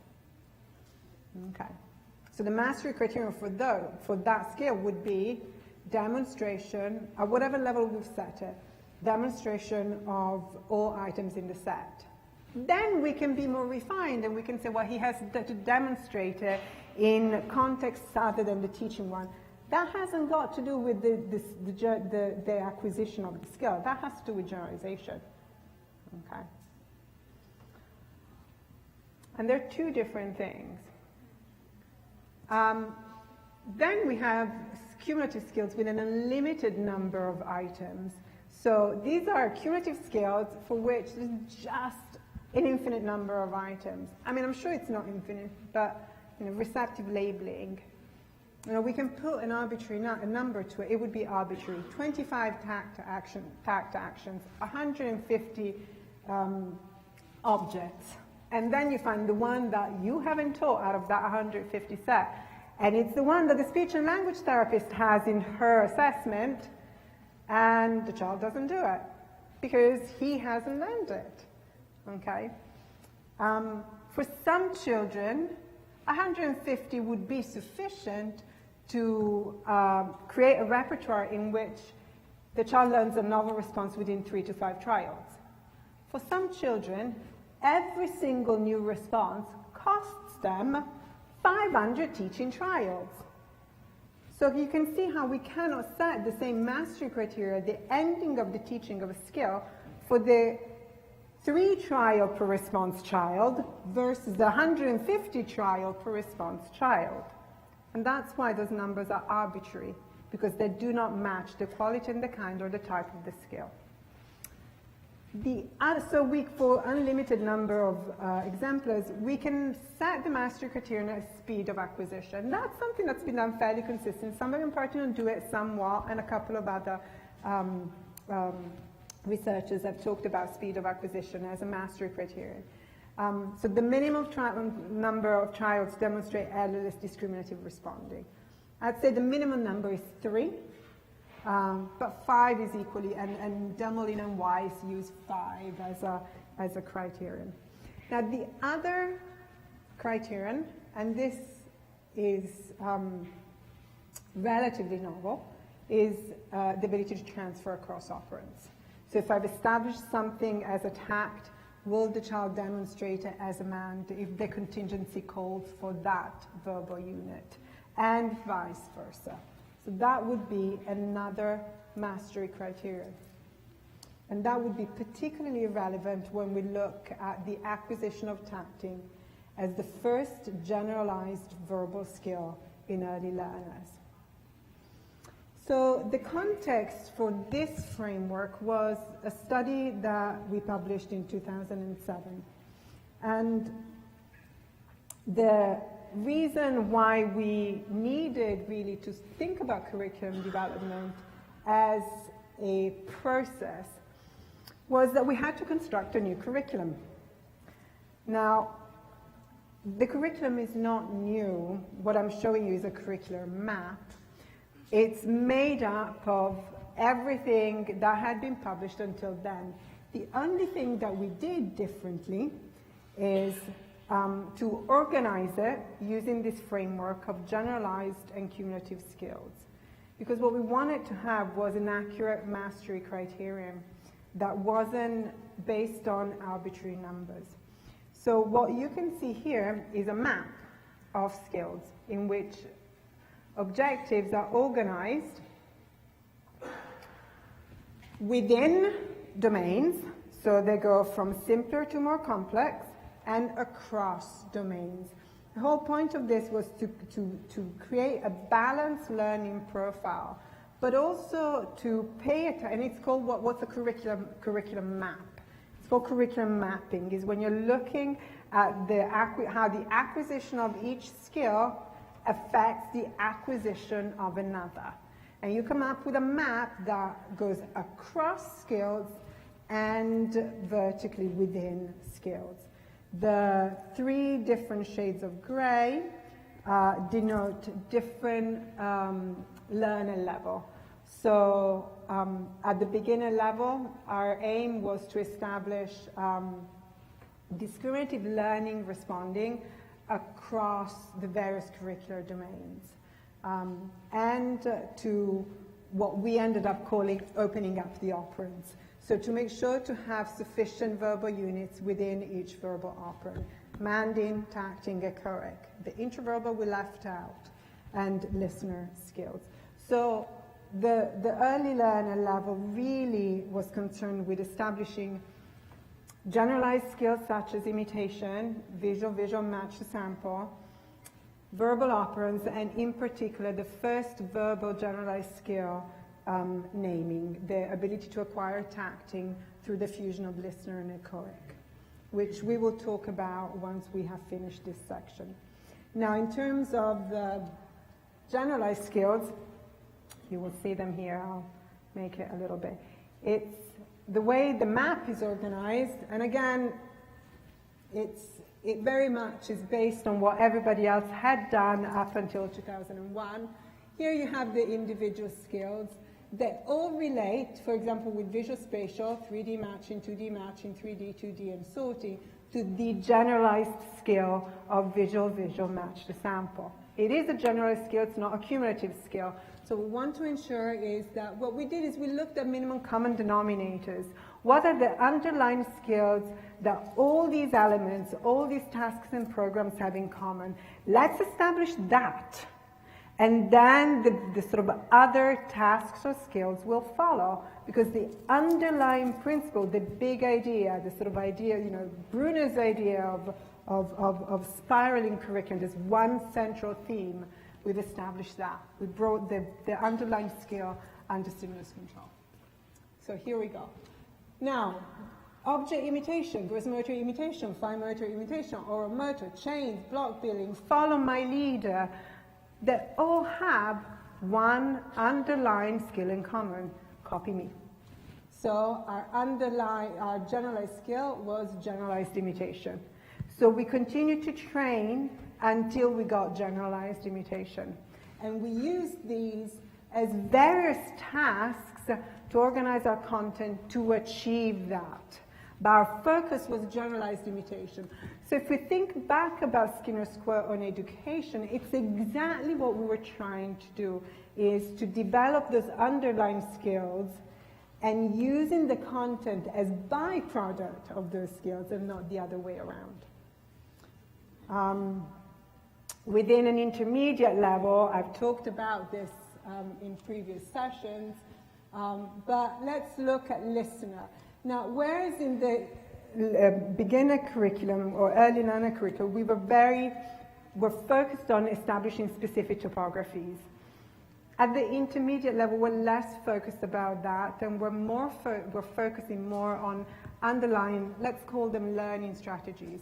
So how can we organize our teaching so that we teach the child how to do something? So in the case of listener behavior, we teach the child to respond under jointly controlled responding. So meaning that the child learns to echo his own, echo the instructor's behavior, self-echo, and that way he maintains the sort of degrading stimulus control that's gone as soon as the instruction is spoken and is carried through to enable to pick two objects or follow multiple instructions.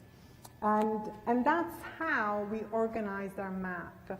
Some skills are generalized, some skills are cumulative, some skills are the base for the acquisition of future skills. So here is an example of how we then scored the curriculum. This was part of my PhD thesis, and being a UK thesis, I had to have at least one study with a statistical analysis. So we had to come up with a score. So we scored the curriculum as 0 if the child had demonstrated only 1 to 2 responses within a specific skill, a 1 for emergent if it was 3 responses, meaning that he had achieved discrimination, and a 2 for mastery, according to a generalized or cumulative skill mastery criterion. So you can see here, this is an example of a skill sheet. This is an example of a score sheet. So adjectives, we define them as cumulative skills, okay? Because they require at least one, each item requires at least one teaching trial with a limited number of exemplars. Now, 2-word descriptions. Now, are we concerned with the specific item the child is describing? Mommy is dancing, or do we want the child, when presented with someone doing something, organizing his language to tact both elements of the compound stimulus, subject, verb, in that sequence? Okay, that's a generalized skill because it's not concerned with the specific exemplar. In fact, we want to get away from the specific exemplar because otherwise that picture will always be called "Mommy's dancing." Okay, or anytime he sees someone engaging in action, he'll add the noun. So yes and no tact. Is it a cup? Is it a table? Is it a pen? Okay, it's not concerned with the specific exemplar. We're not going to be teaching every single permutation to that question. It's a generalized skill. Okay. So you can see that once we start mapping our curriculum, whichever curriculum you use, and differentiating between finite or cumulative skills, prepositions, these are finite or cumulative skills with a limited number of exemplars, weather, and so occupations. Again, you're not going to be teaching every single occupation under the sun. You're going to be teaching a specific set, a representative set, and that should be sufficient. Once we do that, we can reorganize a mastery criterion. So let's try and sort of summarize it, synthesize it, and then we'll do a little exercise. So to establish whether a skill is acquired or not, we need to define the skill. That's a functional analysis. A structural analysis of a curriculum relates to the multiple components that make up a syllabus, the domains, the tasks, the items, the mastery criteria. Functional analysis looks at the type and kind of skill and sets the mastery criteria based on that. We assess change based on the skill, not some arbitrary method. Generalized skills for which the child, once acquired, can recruit novel responses without specific teaching. Cumulative, those are the skills for which at least one teaching instance is required.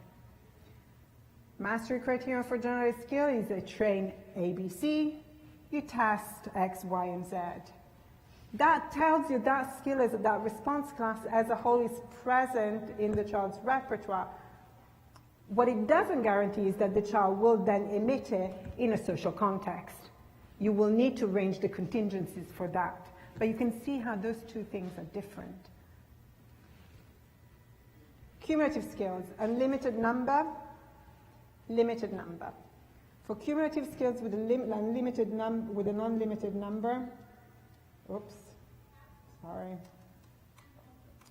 we look at minimum number of trials, and that should tell us, okay, you can stop teaching because the non-contrived natural environment will do the rest. All items, when we have a cumulative scale with a specific number of items, you have to teach all items in the set. So let's do a little exercise. So I want you to, I'm going to call out a skill, and then you're going to tell me whether you think it's a generalized skill or a cumulative skill. Okay?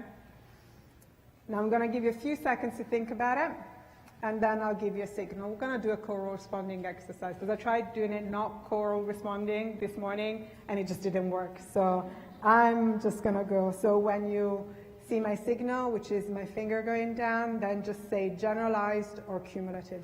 But I'll give you a few seconds to think about it. Tacting common items. Think about it. Get ready.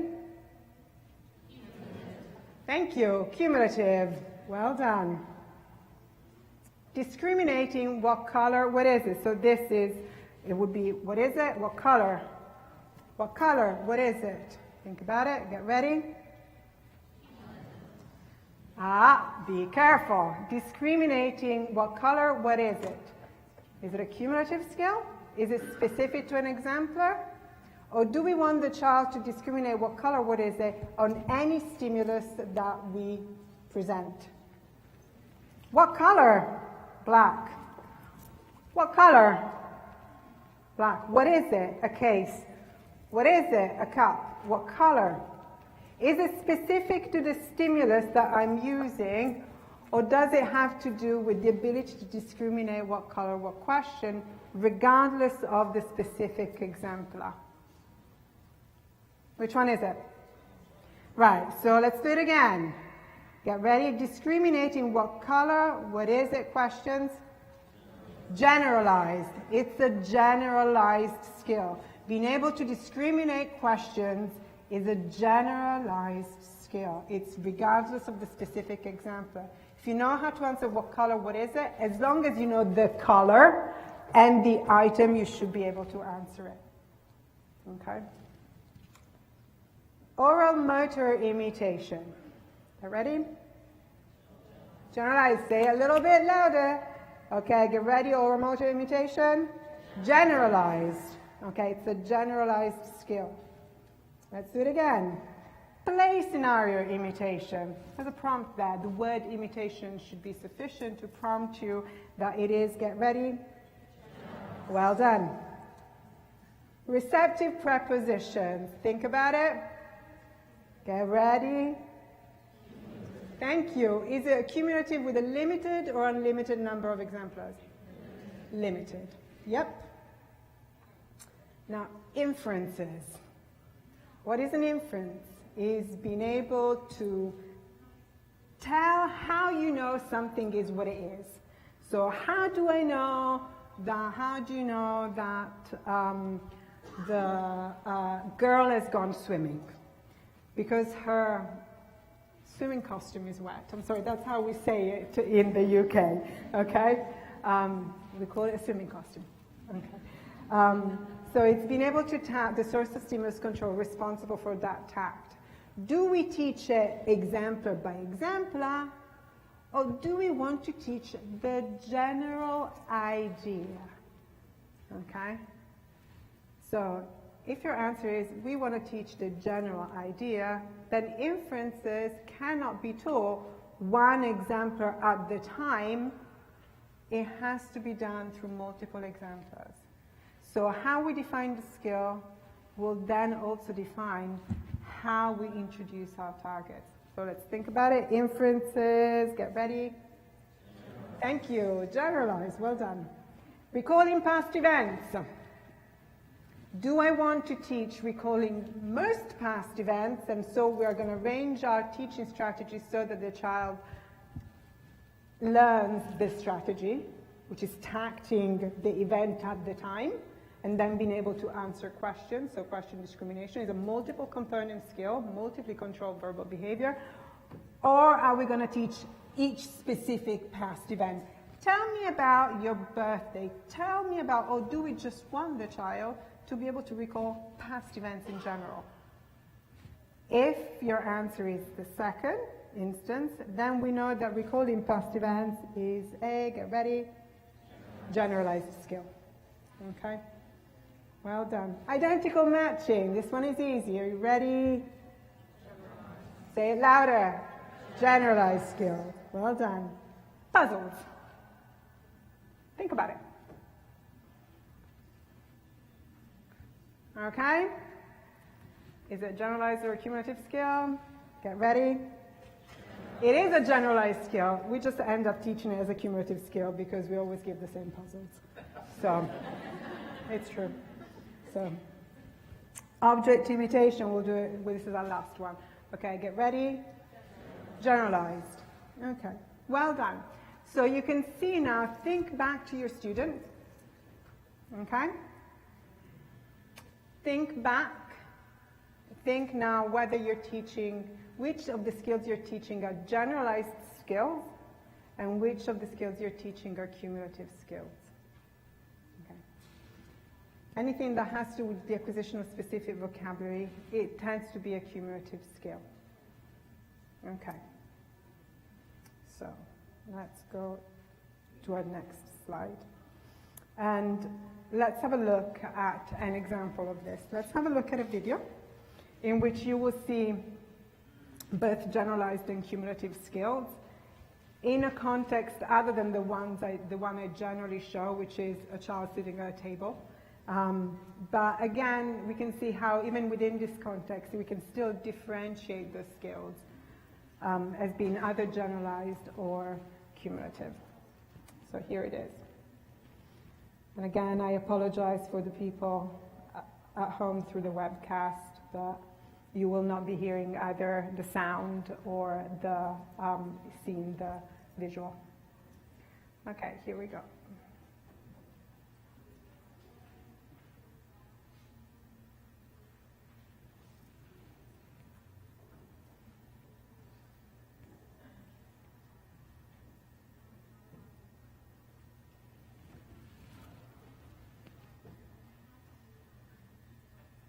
Just need a bit more volume. It's very low.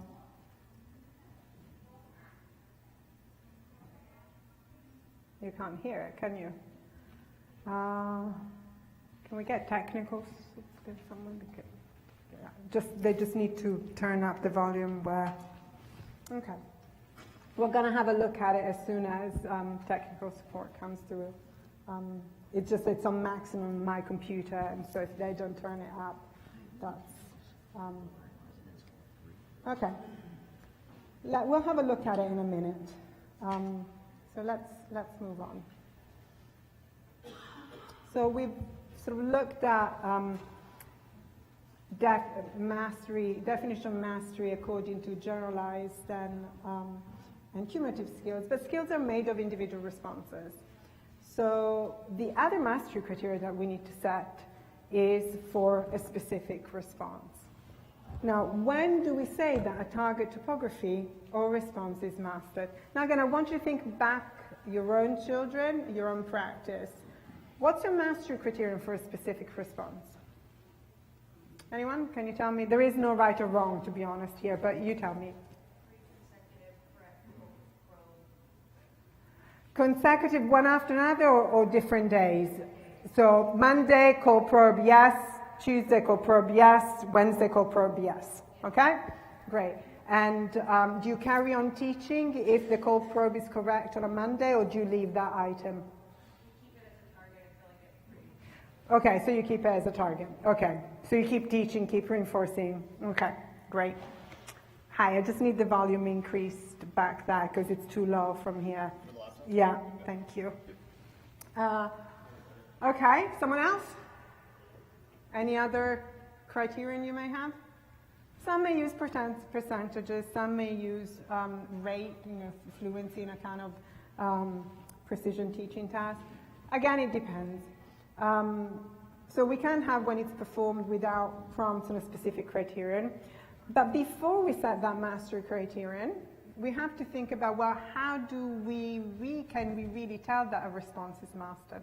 Well, this response is mastered if it occurs in the presence of certain stimuli and not in the presence of others. And that points us to the process of discrimination.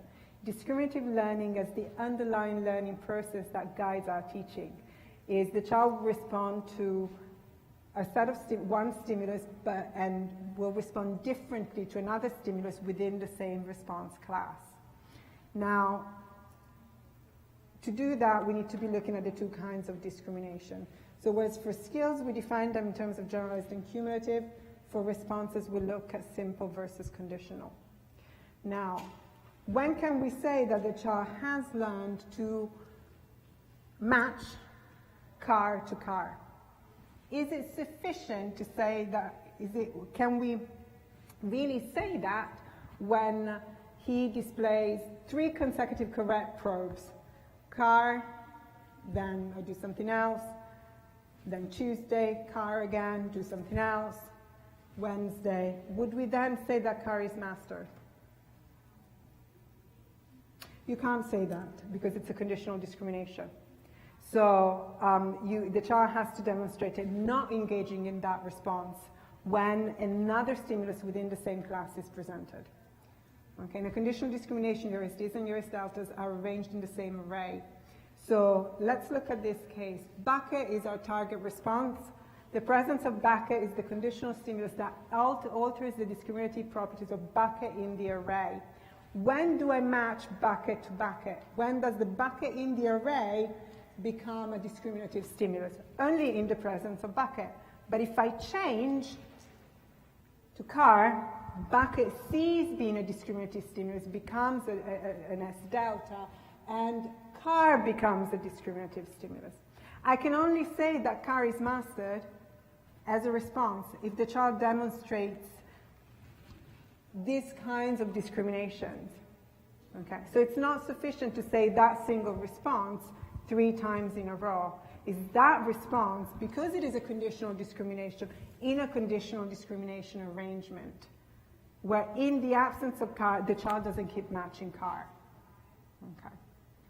Now, this is fine for all skills that require a conditional discrimination in which the comparisons, your SDs and your S deltas, are arranged within the same antecedent conditions.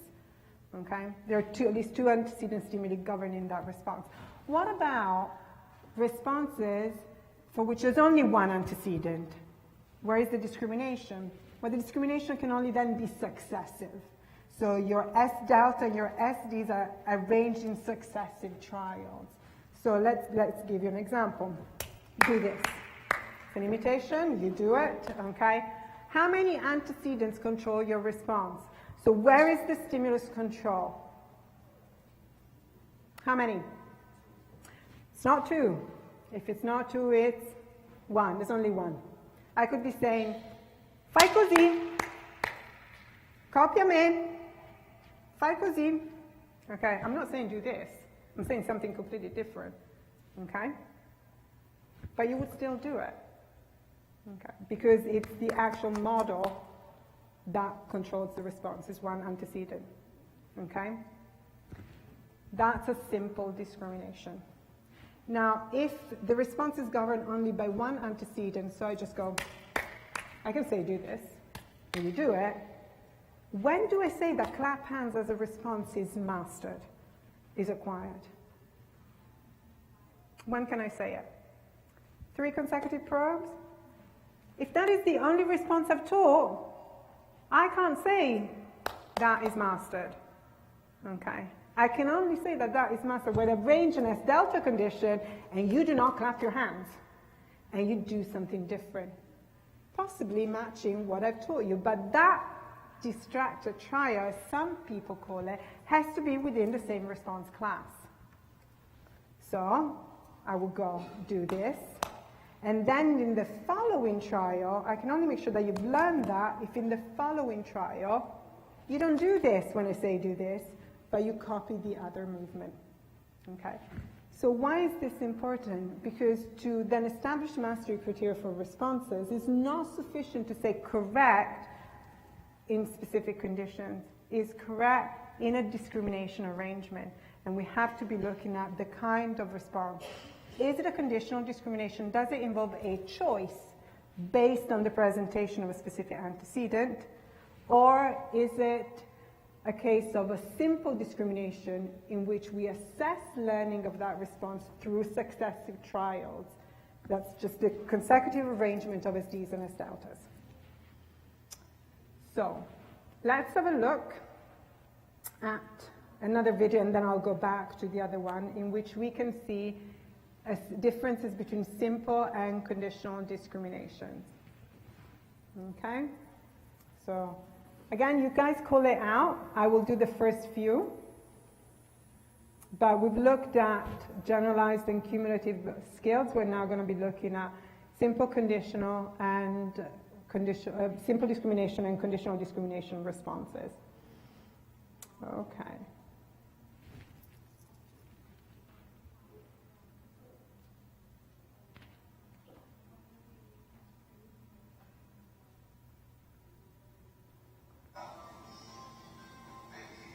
Okay, you will see an Italian little boy first, and then you will see an English boy for verbal responses. But I have chosen this video because you can still assess the kind of discriminative learning that's occurring, the kind of responding that's occurring without understanding the auditory stimulus, because the auditory stimulus is irrelevant. Okay?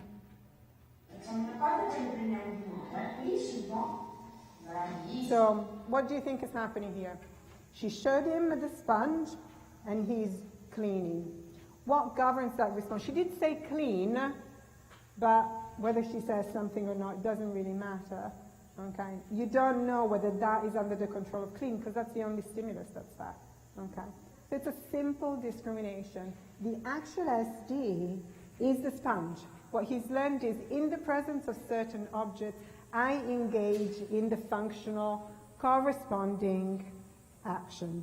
So when he sees a sponge and we say clean, he does that. Whether we say clean or not, it doesn't really matter. If we say present him with a towel and say dry, he'll do that. So what we're teaching this particular child, because he does other things with objects that are non-functional, is to engage in consistently the corresponding action when he sees that item. It's a simple discrimination. Let's look at this one.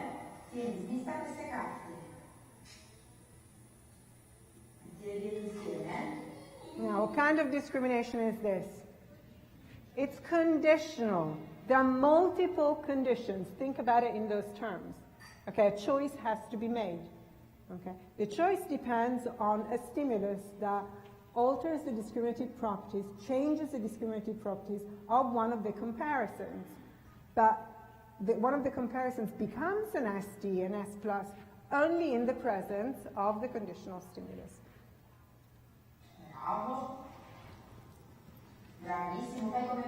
Okay, so that was a conditional discrimination. Let's have a look at this one. One antecedent, okay, it's a simple discrimination. And now she changes stimulus control, okay, and he changes the action. That's a simple successive discrimination. So we can say that he has got this because when this is not presented and something else is presented, he doesn't do this, he does the other thing.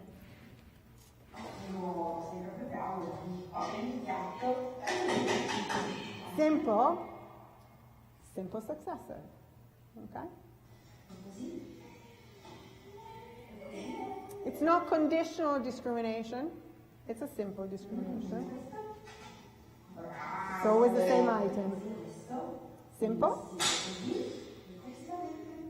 Simple discrimination, successive. There we go. Now, this is an imitation skill, but it changes now. So you saw a single item, different actions. That's a simple discrimination. Now we have multiple items, one action per item. What kind of discrimination do you think that's going to be? Conditional. Okay? When does he take the cup? He takes the cup only when she takes the cup, and then he imitates the action.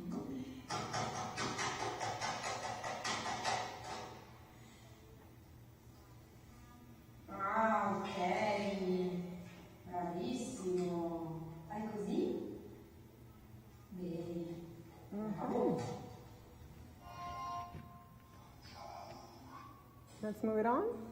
Dico, Okay, let's look at different kind of... Clap your hands. What is it? Simple. Simple discrimination.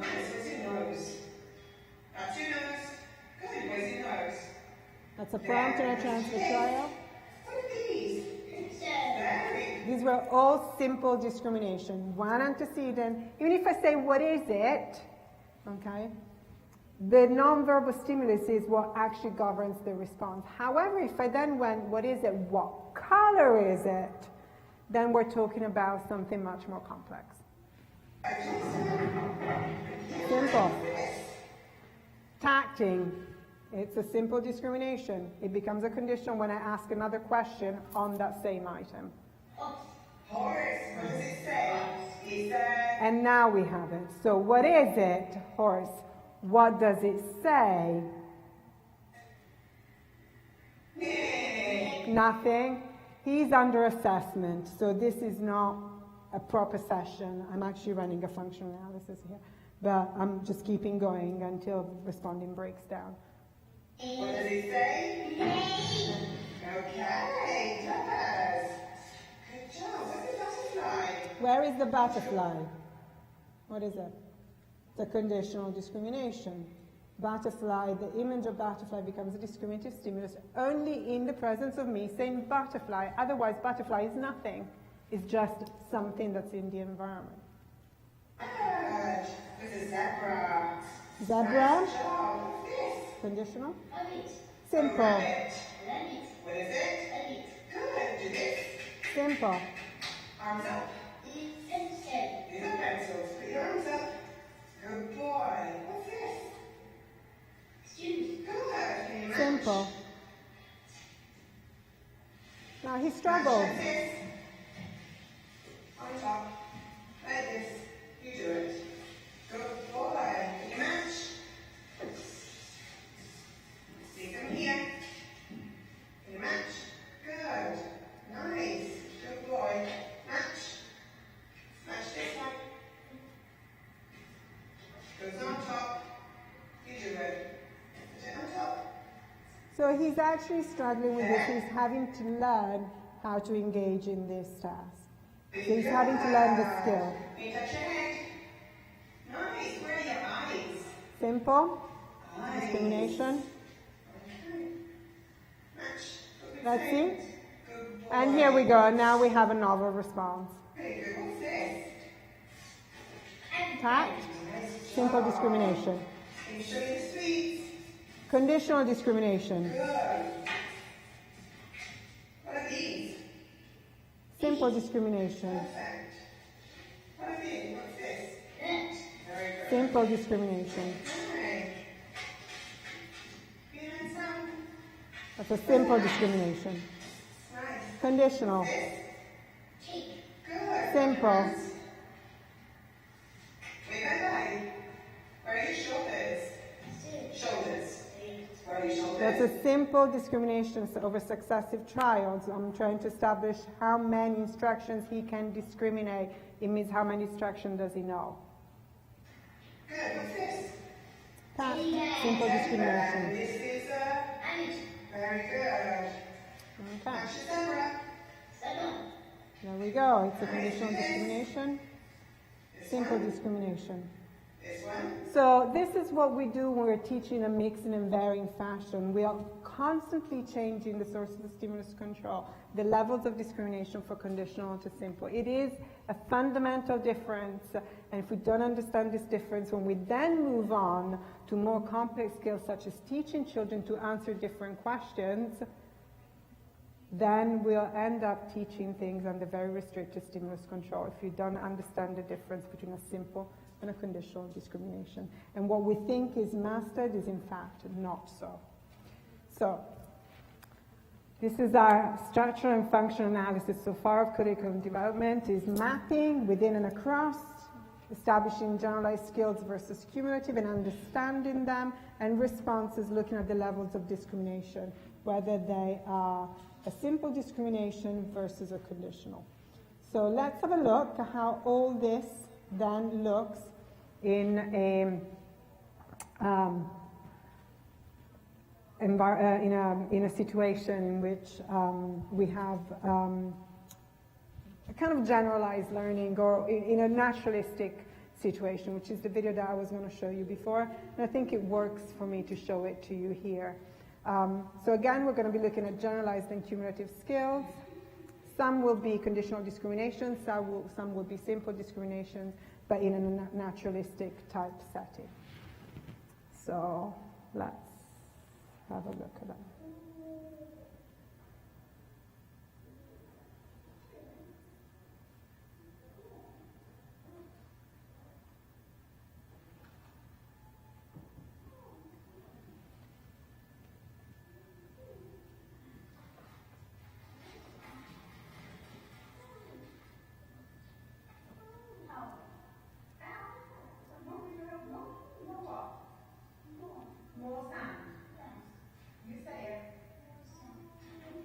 So this is the same child you saw before. This is a few months later. So more sand, is it correct? That's a generalized skill. Is being able to echo whatever word combination.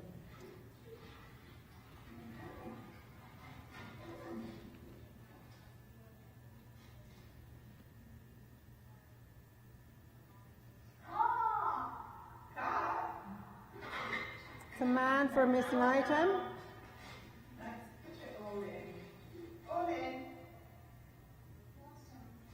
More sand. Olen doesn't work for him. What color? Now think about it. He just called that sand, and I'm saying what color? Okay? What kind of discrimination is this? It's a conditional discrimination. Well done. Color beige.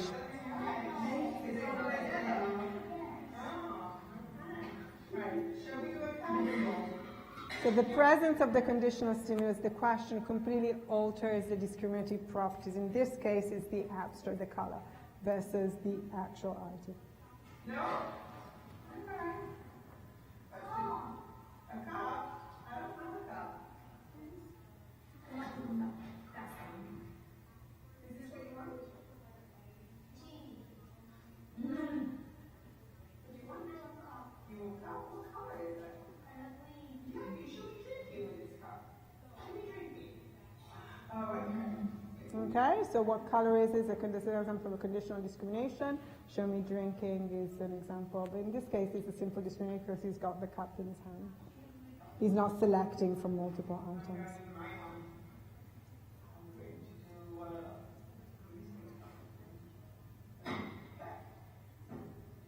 And there is your generalized learning. There is imitation. There's no do this. There's nothing.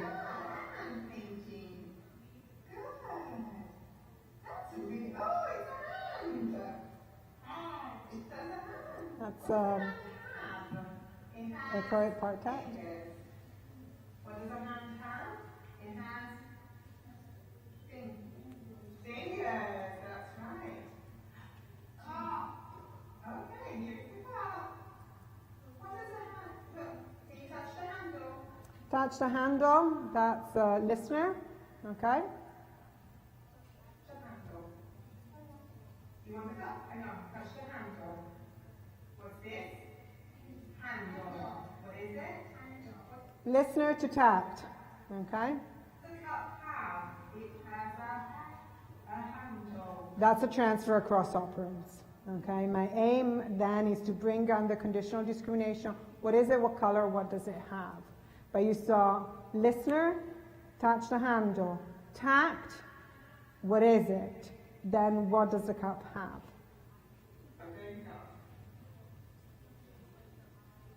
So if we understand the stimulus control skills, we can implement it in this kind of context. Yes, and you're in this looks right. Shall we give it a taste? No. No? No, okay. And now we start to develop a routine. Routines are important when you're working in a naturalistic environment because they build a series of expectations. Routines are behavioral chains, and then we can then manipulate the elements to bring about certain behavioral repertoire. So this is our routine. He asks me to draw something. I'll draw it, he destroys it. Okay? And we'll just keep going with that. But the fact that is such a routine, and kids love routines, all kids. Okay, you know, the children, those of us who've had kids, they ask you to do the same thing over and over again. And I think, I've done it 100 times. Why do you like it so much? And, you know, I guess there are a number of reasons. But joint activity routines are an important component of a naturalistic intervention. They build these chains, these expectations of estees and reinforcers so that we can then interact at any one point and bring about certain responses. So this is our routine, and What's happened to sun? that's our new our new response is tact in the absence of something, all gone. Say, all gone. What's happened to the sun? All gone. All gone. What's happened to the sun? It is all gone. Oh no. Do you want to draw something? No. Okay. A banana. Say, draw a banana. Okay, draw a banana. Who eats bananas? Monkeys. That is my banana. He destroys it. What's happened to the banana now? That sets the occasion for the tact of the absence. It's all gone. Yes. And we're going to do it again. As long as I have signs of interest, the child maintains proximity, looks at the object, manipulates the objects, and engages in relative verbal behavior, and does not engage in stereotypical behavior. An orange. Thank you. That's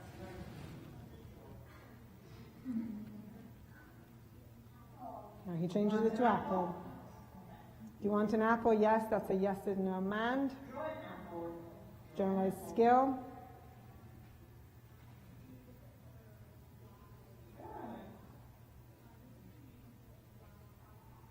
What color is an apple?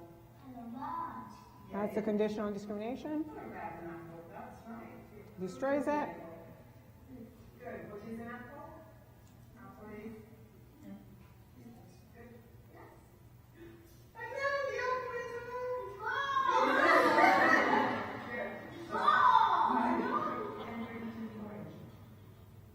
Where more things, there is your generalized imitation. You know what? I'm going to make an orange like this. Now we're going to make some more orange. Does no do this? But part of the now new activity now is to build it. So he's doing it. It's a generalized imitation. Now sets the occasion for him to ask for the item. That's my orange. Yeah, you want to make spots?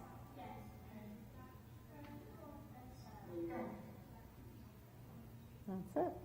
So you have a range of skills here within a few trials. And now we destroy it. Of course. That's it.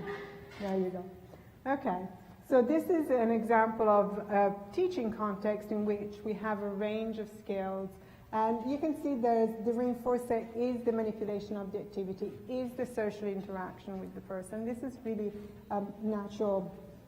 what natural environment training is all about. But the skills don't change. They're still the same. what you're seeing is generalized and cumulative skills in a different context. They're no more mastered or less mastered than if they were at the table. So we don't define mastery in terms of the context per se, but we define it in terms of the type of skill that we're teaching, and if it is a generalized skill, the acquisition and recruitment of novel responses versus a cumulative skill, limited or unlimited number. So the other thing that you saw in this video is the child's ability to navigate relatively seamlessly from a listener repertoire to a tact repertoire. You saw that in which, I say touch the handle. He doesn't know handle. He touches the handle, repeats handle, and then I can say, what is it? It's a handle. What is it again? What does the cup have? A handle. So what we see is this child really acquiring this new tact as a result of hearing himself repeat handle after he's engaged in listener behavior.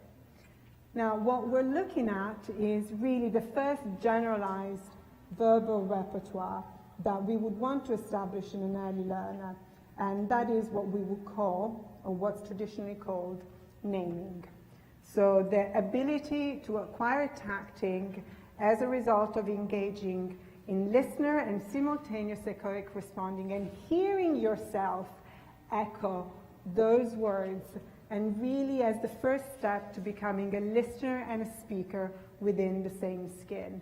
And that's what we just witnessed in this little video, this little clip, where he doesn't know handle. I prompt the listener, he moves on to the tact, and then we're able to establish, an approximation to conditional verbal discrimination. So far we have looked at three important generalized skills: discriminative learning in visual, match to sample and imitation, listener behavior, and now we're going to be looking at the first verbal generalized skill. And it is a fundamental one because it really allows us to reduce the number of teaching trials for establishing tacting, but also it is really the first example of learning how to learn. And the question that we need to ask ourselves is, well, how do children acquire tacting? Typical children, how do they acquire tacting? There isn't really that much debate on how typical children acquire expressive labeling. Actually, both the behavioral people and the developmental and cognitive people pretty much agree that listener comes before speaker, okay? There's general agreement. There's general disagreement in the IBI in terms of how we sequence our objectives. Do you teach the tact first because we need to focus on speaker behavior, or do you establish the listener first and then moving on to the tact? Now, as far as I'm concerned, there is no right way of sequencing those kinds of skills. It really does depend also on the kind of skill that you're teaching. But in general, what we do know, and we must be able to remember, is that acquisition of language skills within the first few months of intervention is generally predictor of outcome. So acquisition of speaker behavior within the first 4 to 6 months of intervention, early intensive behavioral intervention is generally predictor of outcome 24 months later.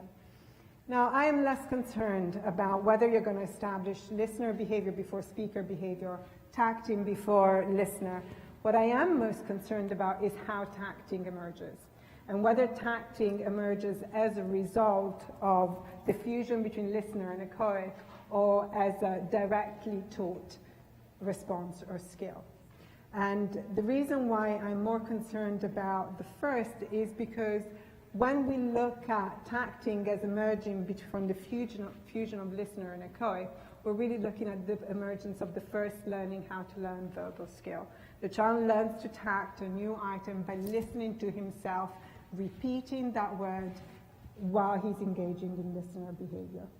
Now, why is this important? Because verbal operands are not separate. And we need to be concerned with organizing our contingencies to maximize our teaching contingency and maximize learning, the minimum amount of teaching trials for maximum gains. Now, imagine a situation in which, as a result of differential reinforcement of listener behavior, we could get the speaker counterpart without additional teaching. This is what the naming hypothesis really predicts, is that once children begin to tact, learn how to tact, what they're really acquiring is the ability to tact, the ability to be speakers and listeners within the same skin.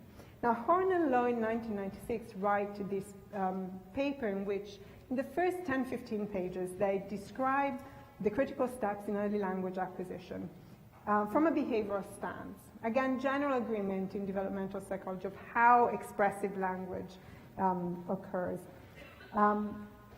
And this is what they suggest. The other pages, it's a very long article, concern more with sort of stimulus equivalence and naming. What I'm interested in is those first 15 pages, in which they describe how the typical child acquires tacting. Now, this is what happens in typical development. Now, we'll agree that generally, kids learn to understand language before they're able to emit the same things.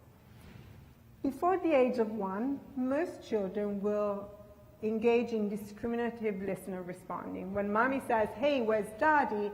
Daddy, the child will orient to daddy. 8-9 months, pointing may begin at that time.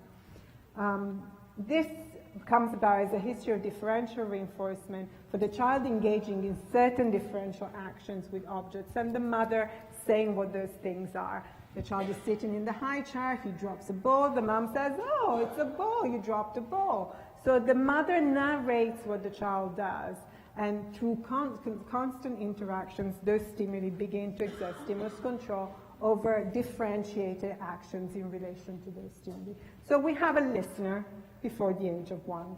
But the child is not mute.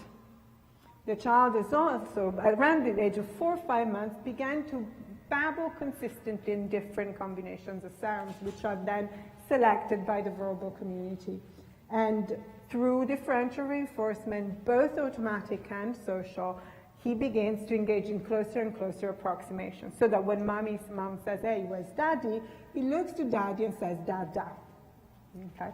So around 1 year of age, what we see is these two main repertoires: selection, so listener behavior, and echoing.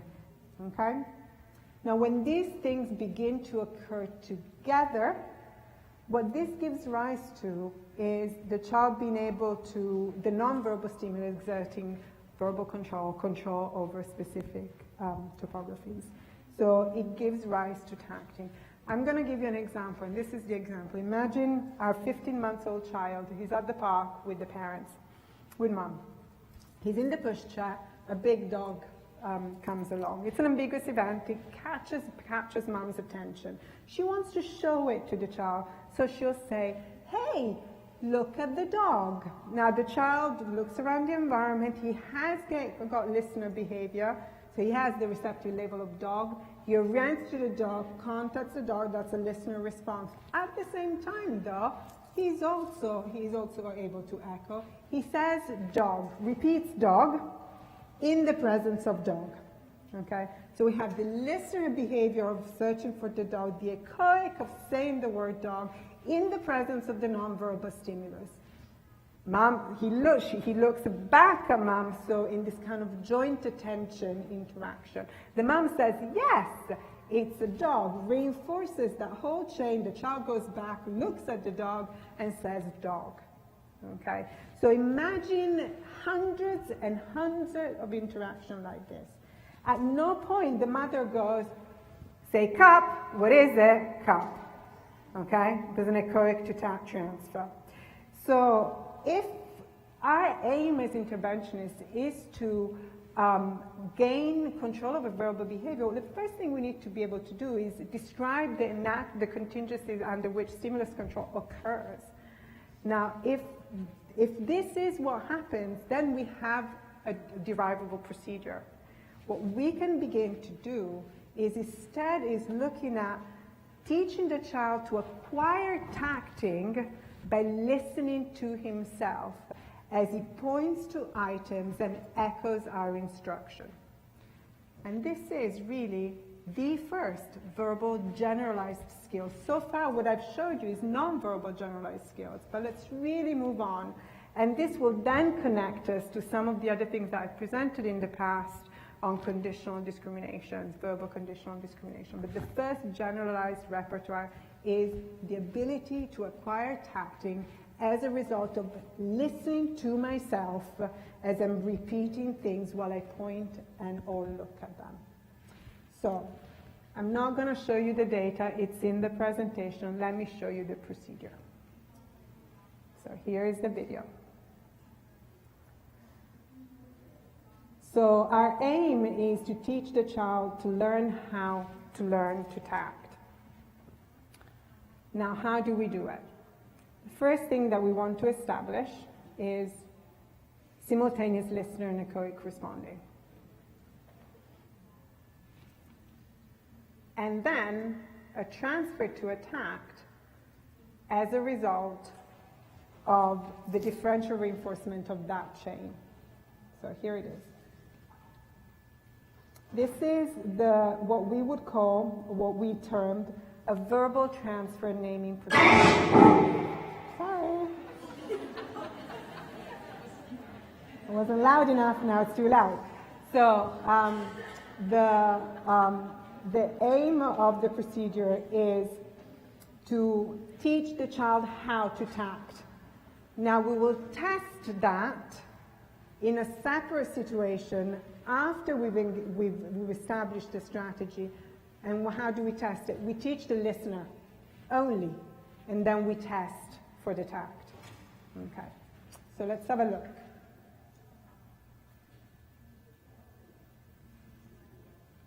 Okay, so here are...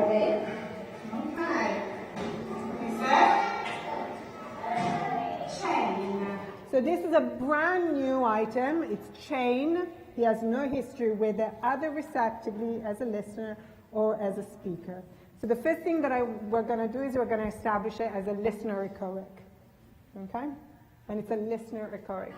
So I prompt, remember it's a cumulative skill, so I have to give at least one teaching trial. I can't expect him to know what chain is. Chain. Chain. Good, what is it? That's a transfer to a tact. Now notice that at no point I prompt say chain. Very nice. So he says chain, okay. It's a condition different from which he has said it before. It's not an echoic in this case. Yes, please. Good. So we put in a distractor, and then remember that it's a simple successive discrimination. So our next trial has to be within the same response class. I can't just keep on giving him do this. What is it? Chain. The stimulus control has to change. This. Plug. Now we're going to go back to You do this. nonverbal imitation. We're going to go back to our target. Let's see if he's now retained the tact. This. No, he says plug. Now what do I do now? Remember that our aim is that he self-generates the tact as a result of hearing himself engage in listener behavior. Okay. Do I prompt? Do I say no? I say chain? No, I just go back to my listener echoic and differential reinforcement. Now I go back to tact. Very nice. What's this? Now go ahead and do this one. What is it? Now let's see if that stimulus retains stimulus control. Chain. Good job. We increase the number of distractors. Where it is. It is. There it is. What's this? Good boy. What's this one? We go back to plug, so we go back to the echoic. What is it? Chain. What's this? Good. What's this? Very nice. Do this. And this one.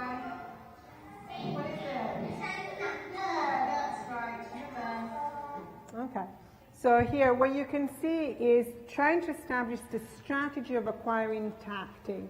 I'm not interested whether he learns chain per se. That's not my response.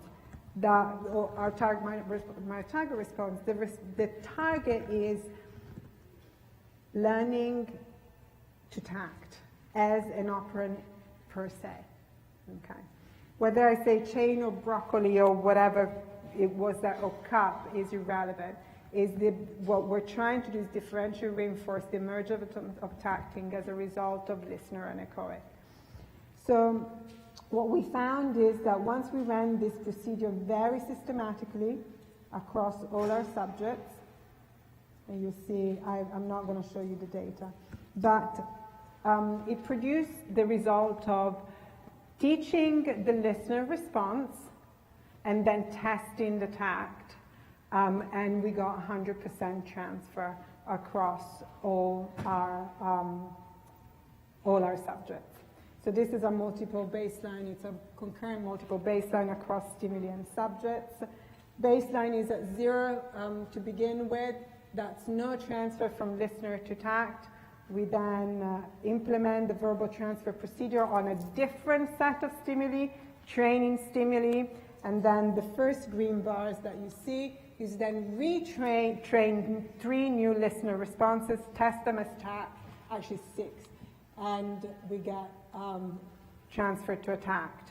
The second bar is these stimuli. Once the children acquire the strategy of learning how to learn the tact, then previously non-transfer responses transfer once they're re-established as listener responses. And that runs through across all our subjects. So let's see the final result. This is, again, understanding, learning how to learn and the generalized skill of tacting. How do we acquire tacting? It's through hearing and saying the same things that we've heard ourselves. So let's have a look at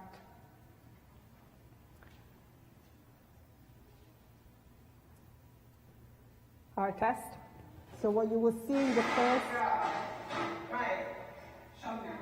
There's no. Good girl. Can you tap the table?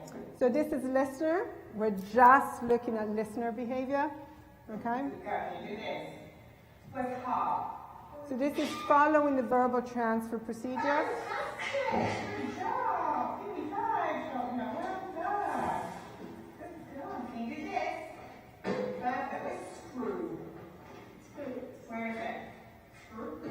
Good job. You have got it. You're right. Yeah. Okay, now let's see our test. So naming as a first verbal generalized skill,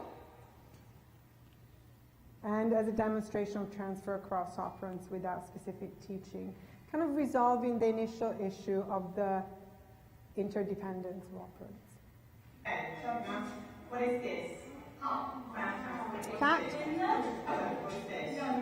And that's first trial. Okay, so all we did was following the verbal transfer procedures, differential reinforce. We just trained the listener. She engaged in echoic, independent echoing responses from at that time. It had been taught previously. This is a new set of stimuli. And then we see the demonstration of tacting without the adult ever having specifically taught tacting. So when we're talking about generalized learning, this is what we're talking about. Let's have a look at one final video. And this is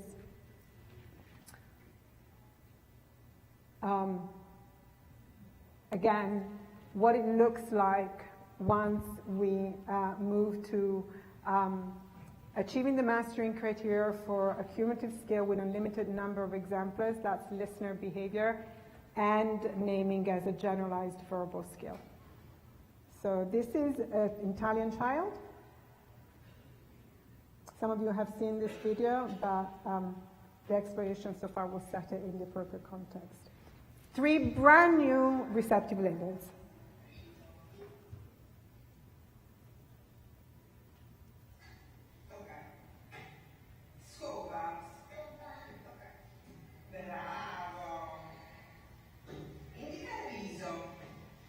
Bravissimo, di riso. Bravo. Indica scopa. Bravo. Indica cintura. Molto bene. Okay.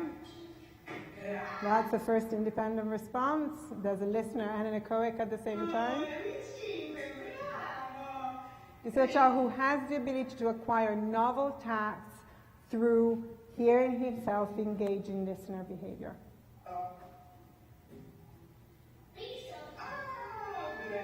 We're still in listener echoic. All I'm training is listener behavior. Molto bene. Indica la scopa. Touch broom. Bravo. Fai così. Fai così. Dai il riso. Where is the rice? Molto bene. Che cos'è? What is it? This is a tact test. Wow. Bravissimo. What is it? So it's a simple discrimination, successive discrimination. Bravissima. Questo è What is it? wow. Riso. Questo è Now there's a long delay. I'm ready to move on. Scopa. Boom. Okay. So this is what it looks like once our child has acquired the ability, the generalized skill to hear himself speak the words that he produces as a listener in a listener task, and then generate the tact. So tacting, or naming in this case, as the first example of a generalized verbal skill in early learners. Why is this important? Well, we said that our aim as interventionists is to arrange contingencies in such a way that they reproduce the natural sources of stimulus control, the natural sources of control in the non-contrived environment. To be able to do that, we need to understand the stimulus control of everything that we teach. And tacting as the most important operant that we attempt to establish lends itself to this kind of analysis. What I've tried to do then, until now, is to provide you with a framework in which to organize your curricular objectives in terms of the qualities and kind and type of the skill that we're teaching, and how that then changes the mastery criterion that we established.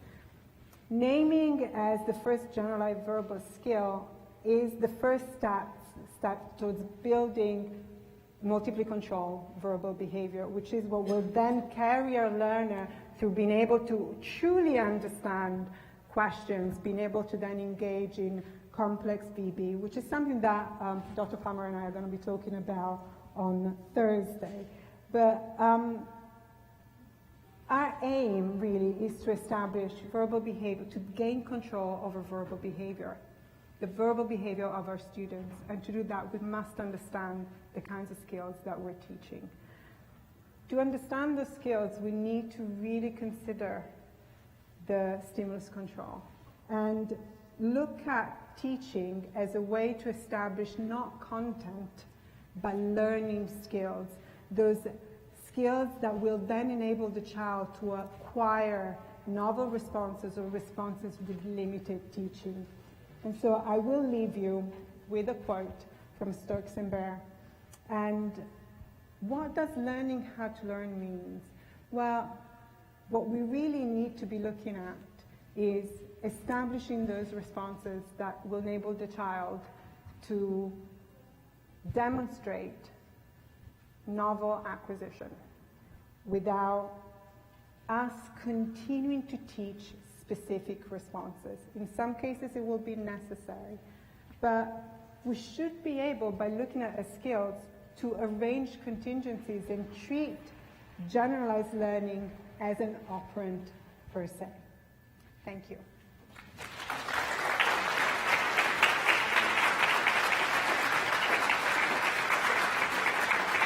Thank you. Okay, the code for this presentation is M as in Michael, E as in elephant, T as in table 331. Again, that's MET 331. Remember that anyone seeking social work CEUs must sign in and out daily at the registration desk. And please complete an evaluation for this session through the Groupio app. The session number is number 28. And thank you again, Dr. Francesca Degli Espinosa. Thank you. Thank you. Thank you.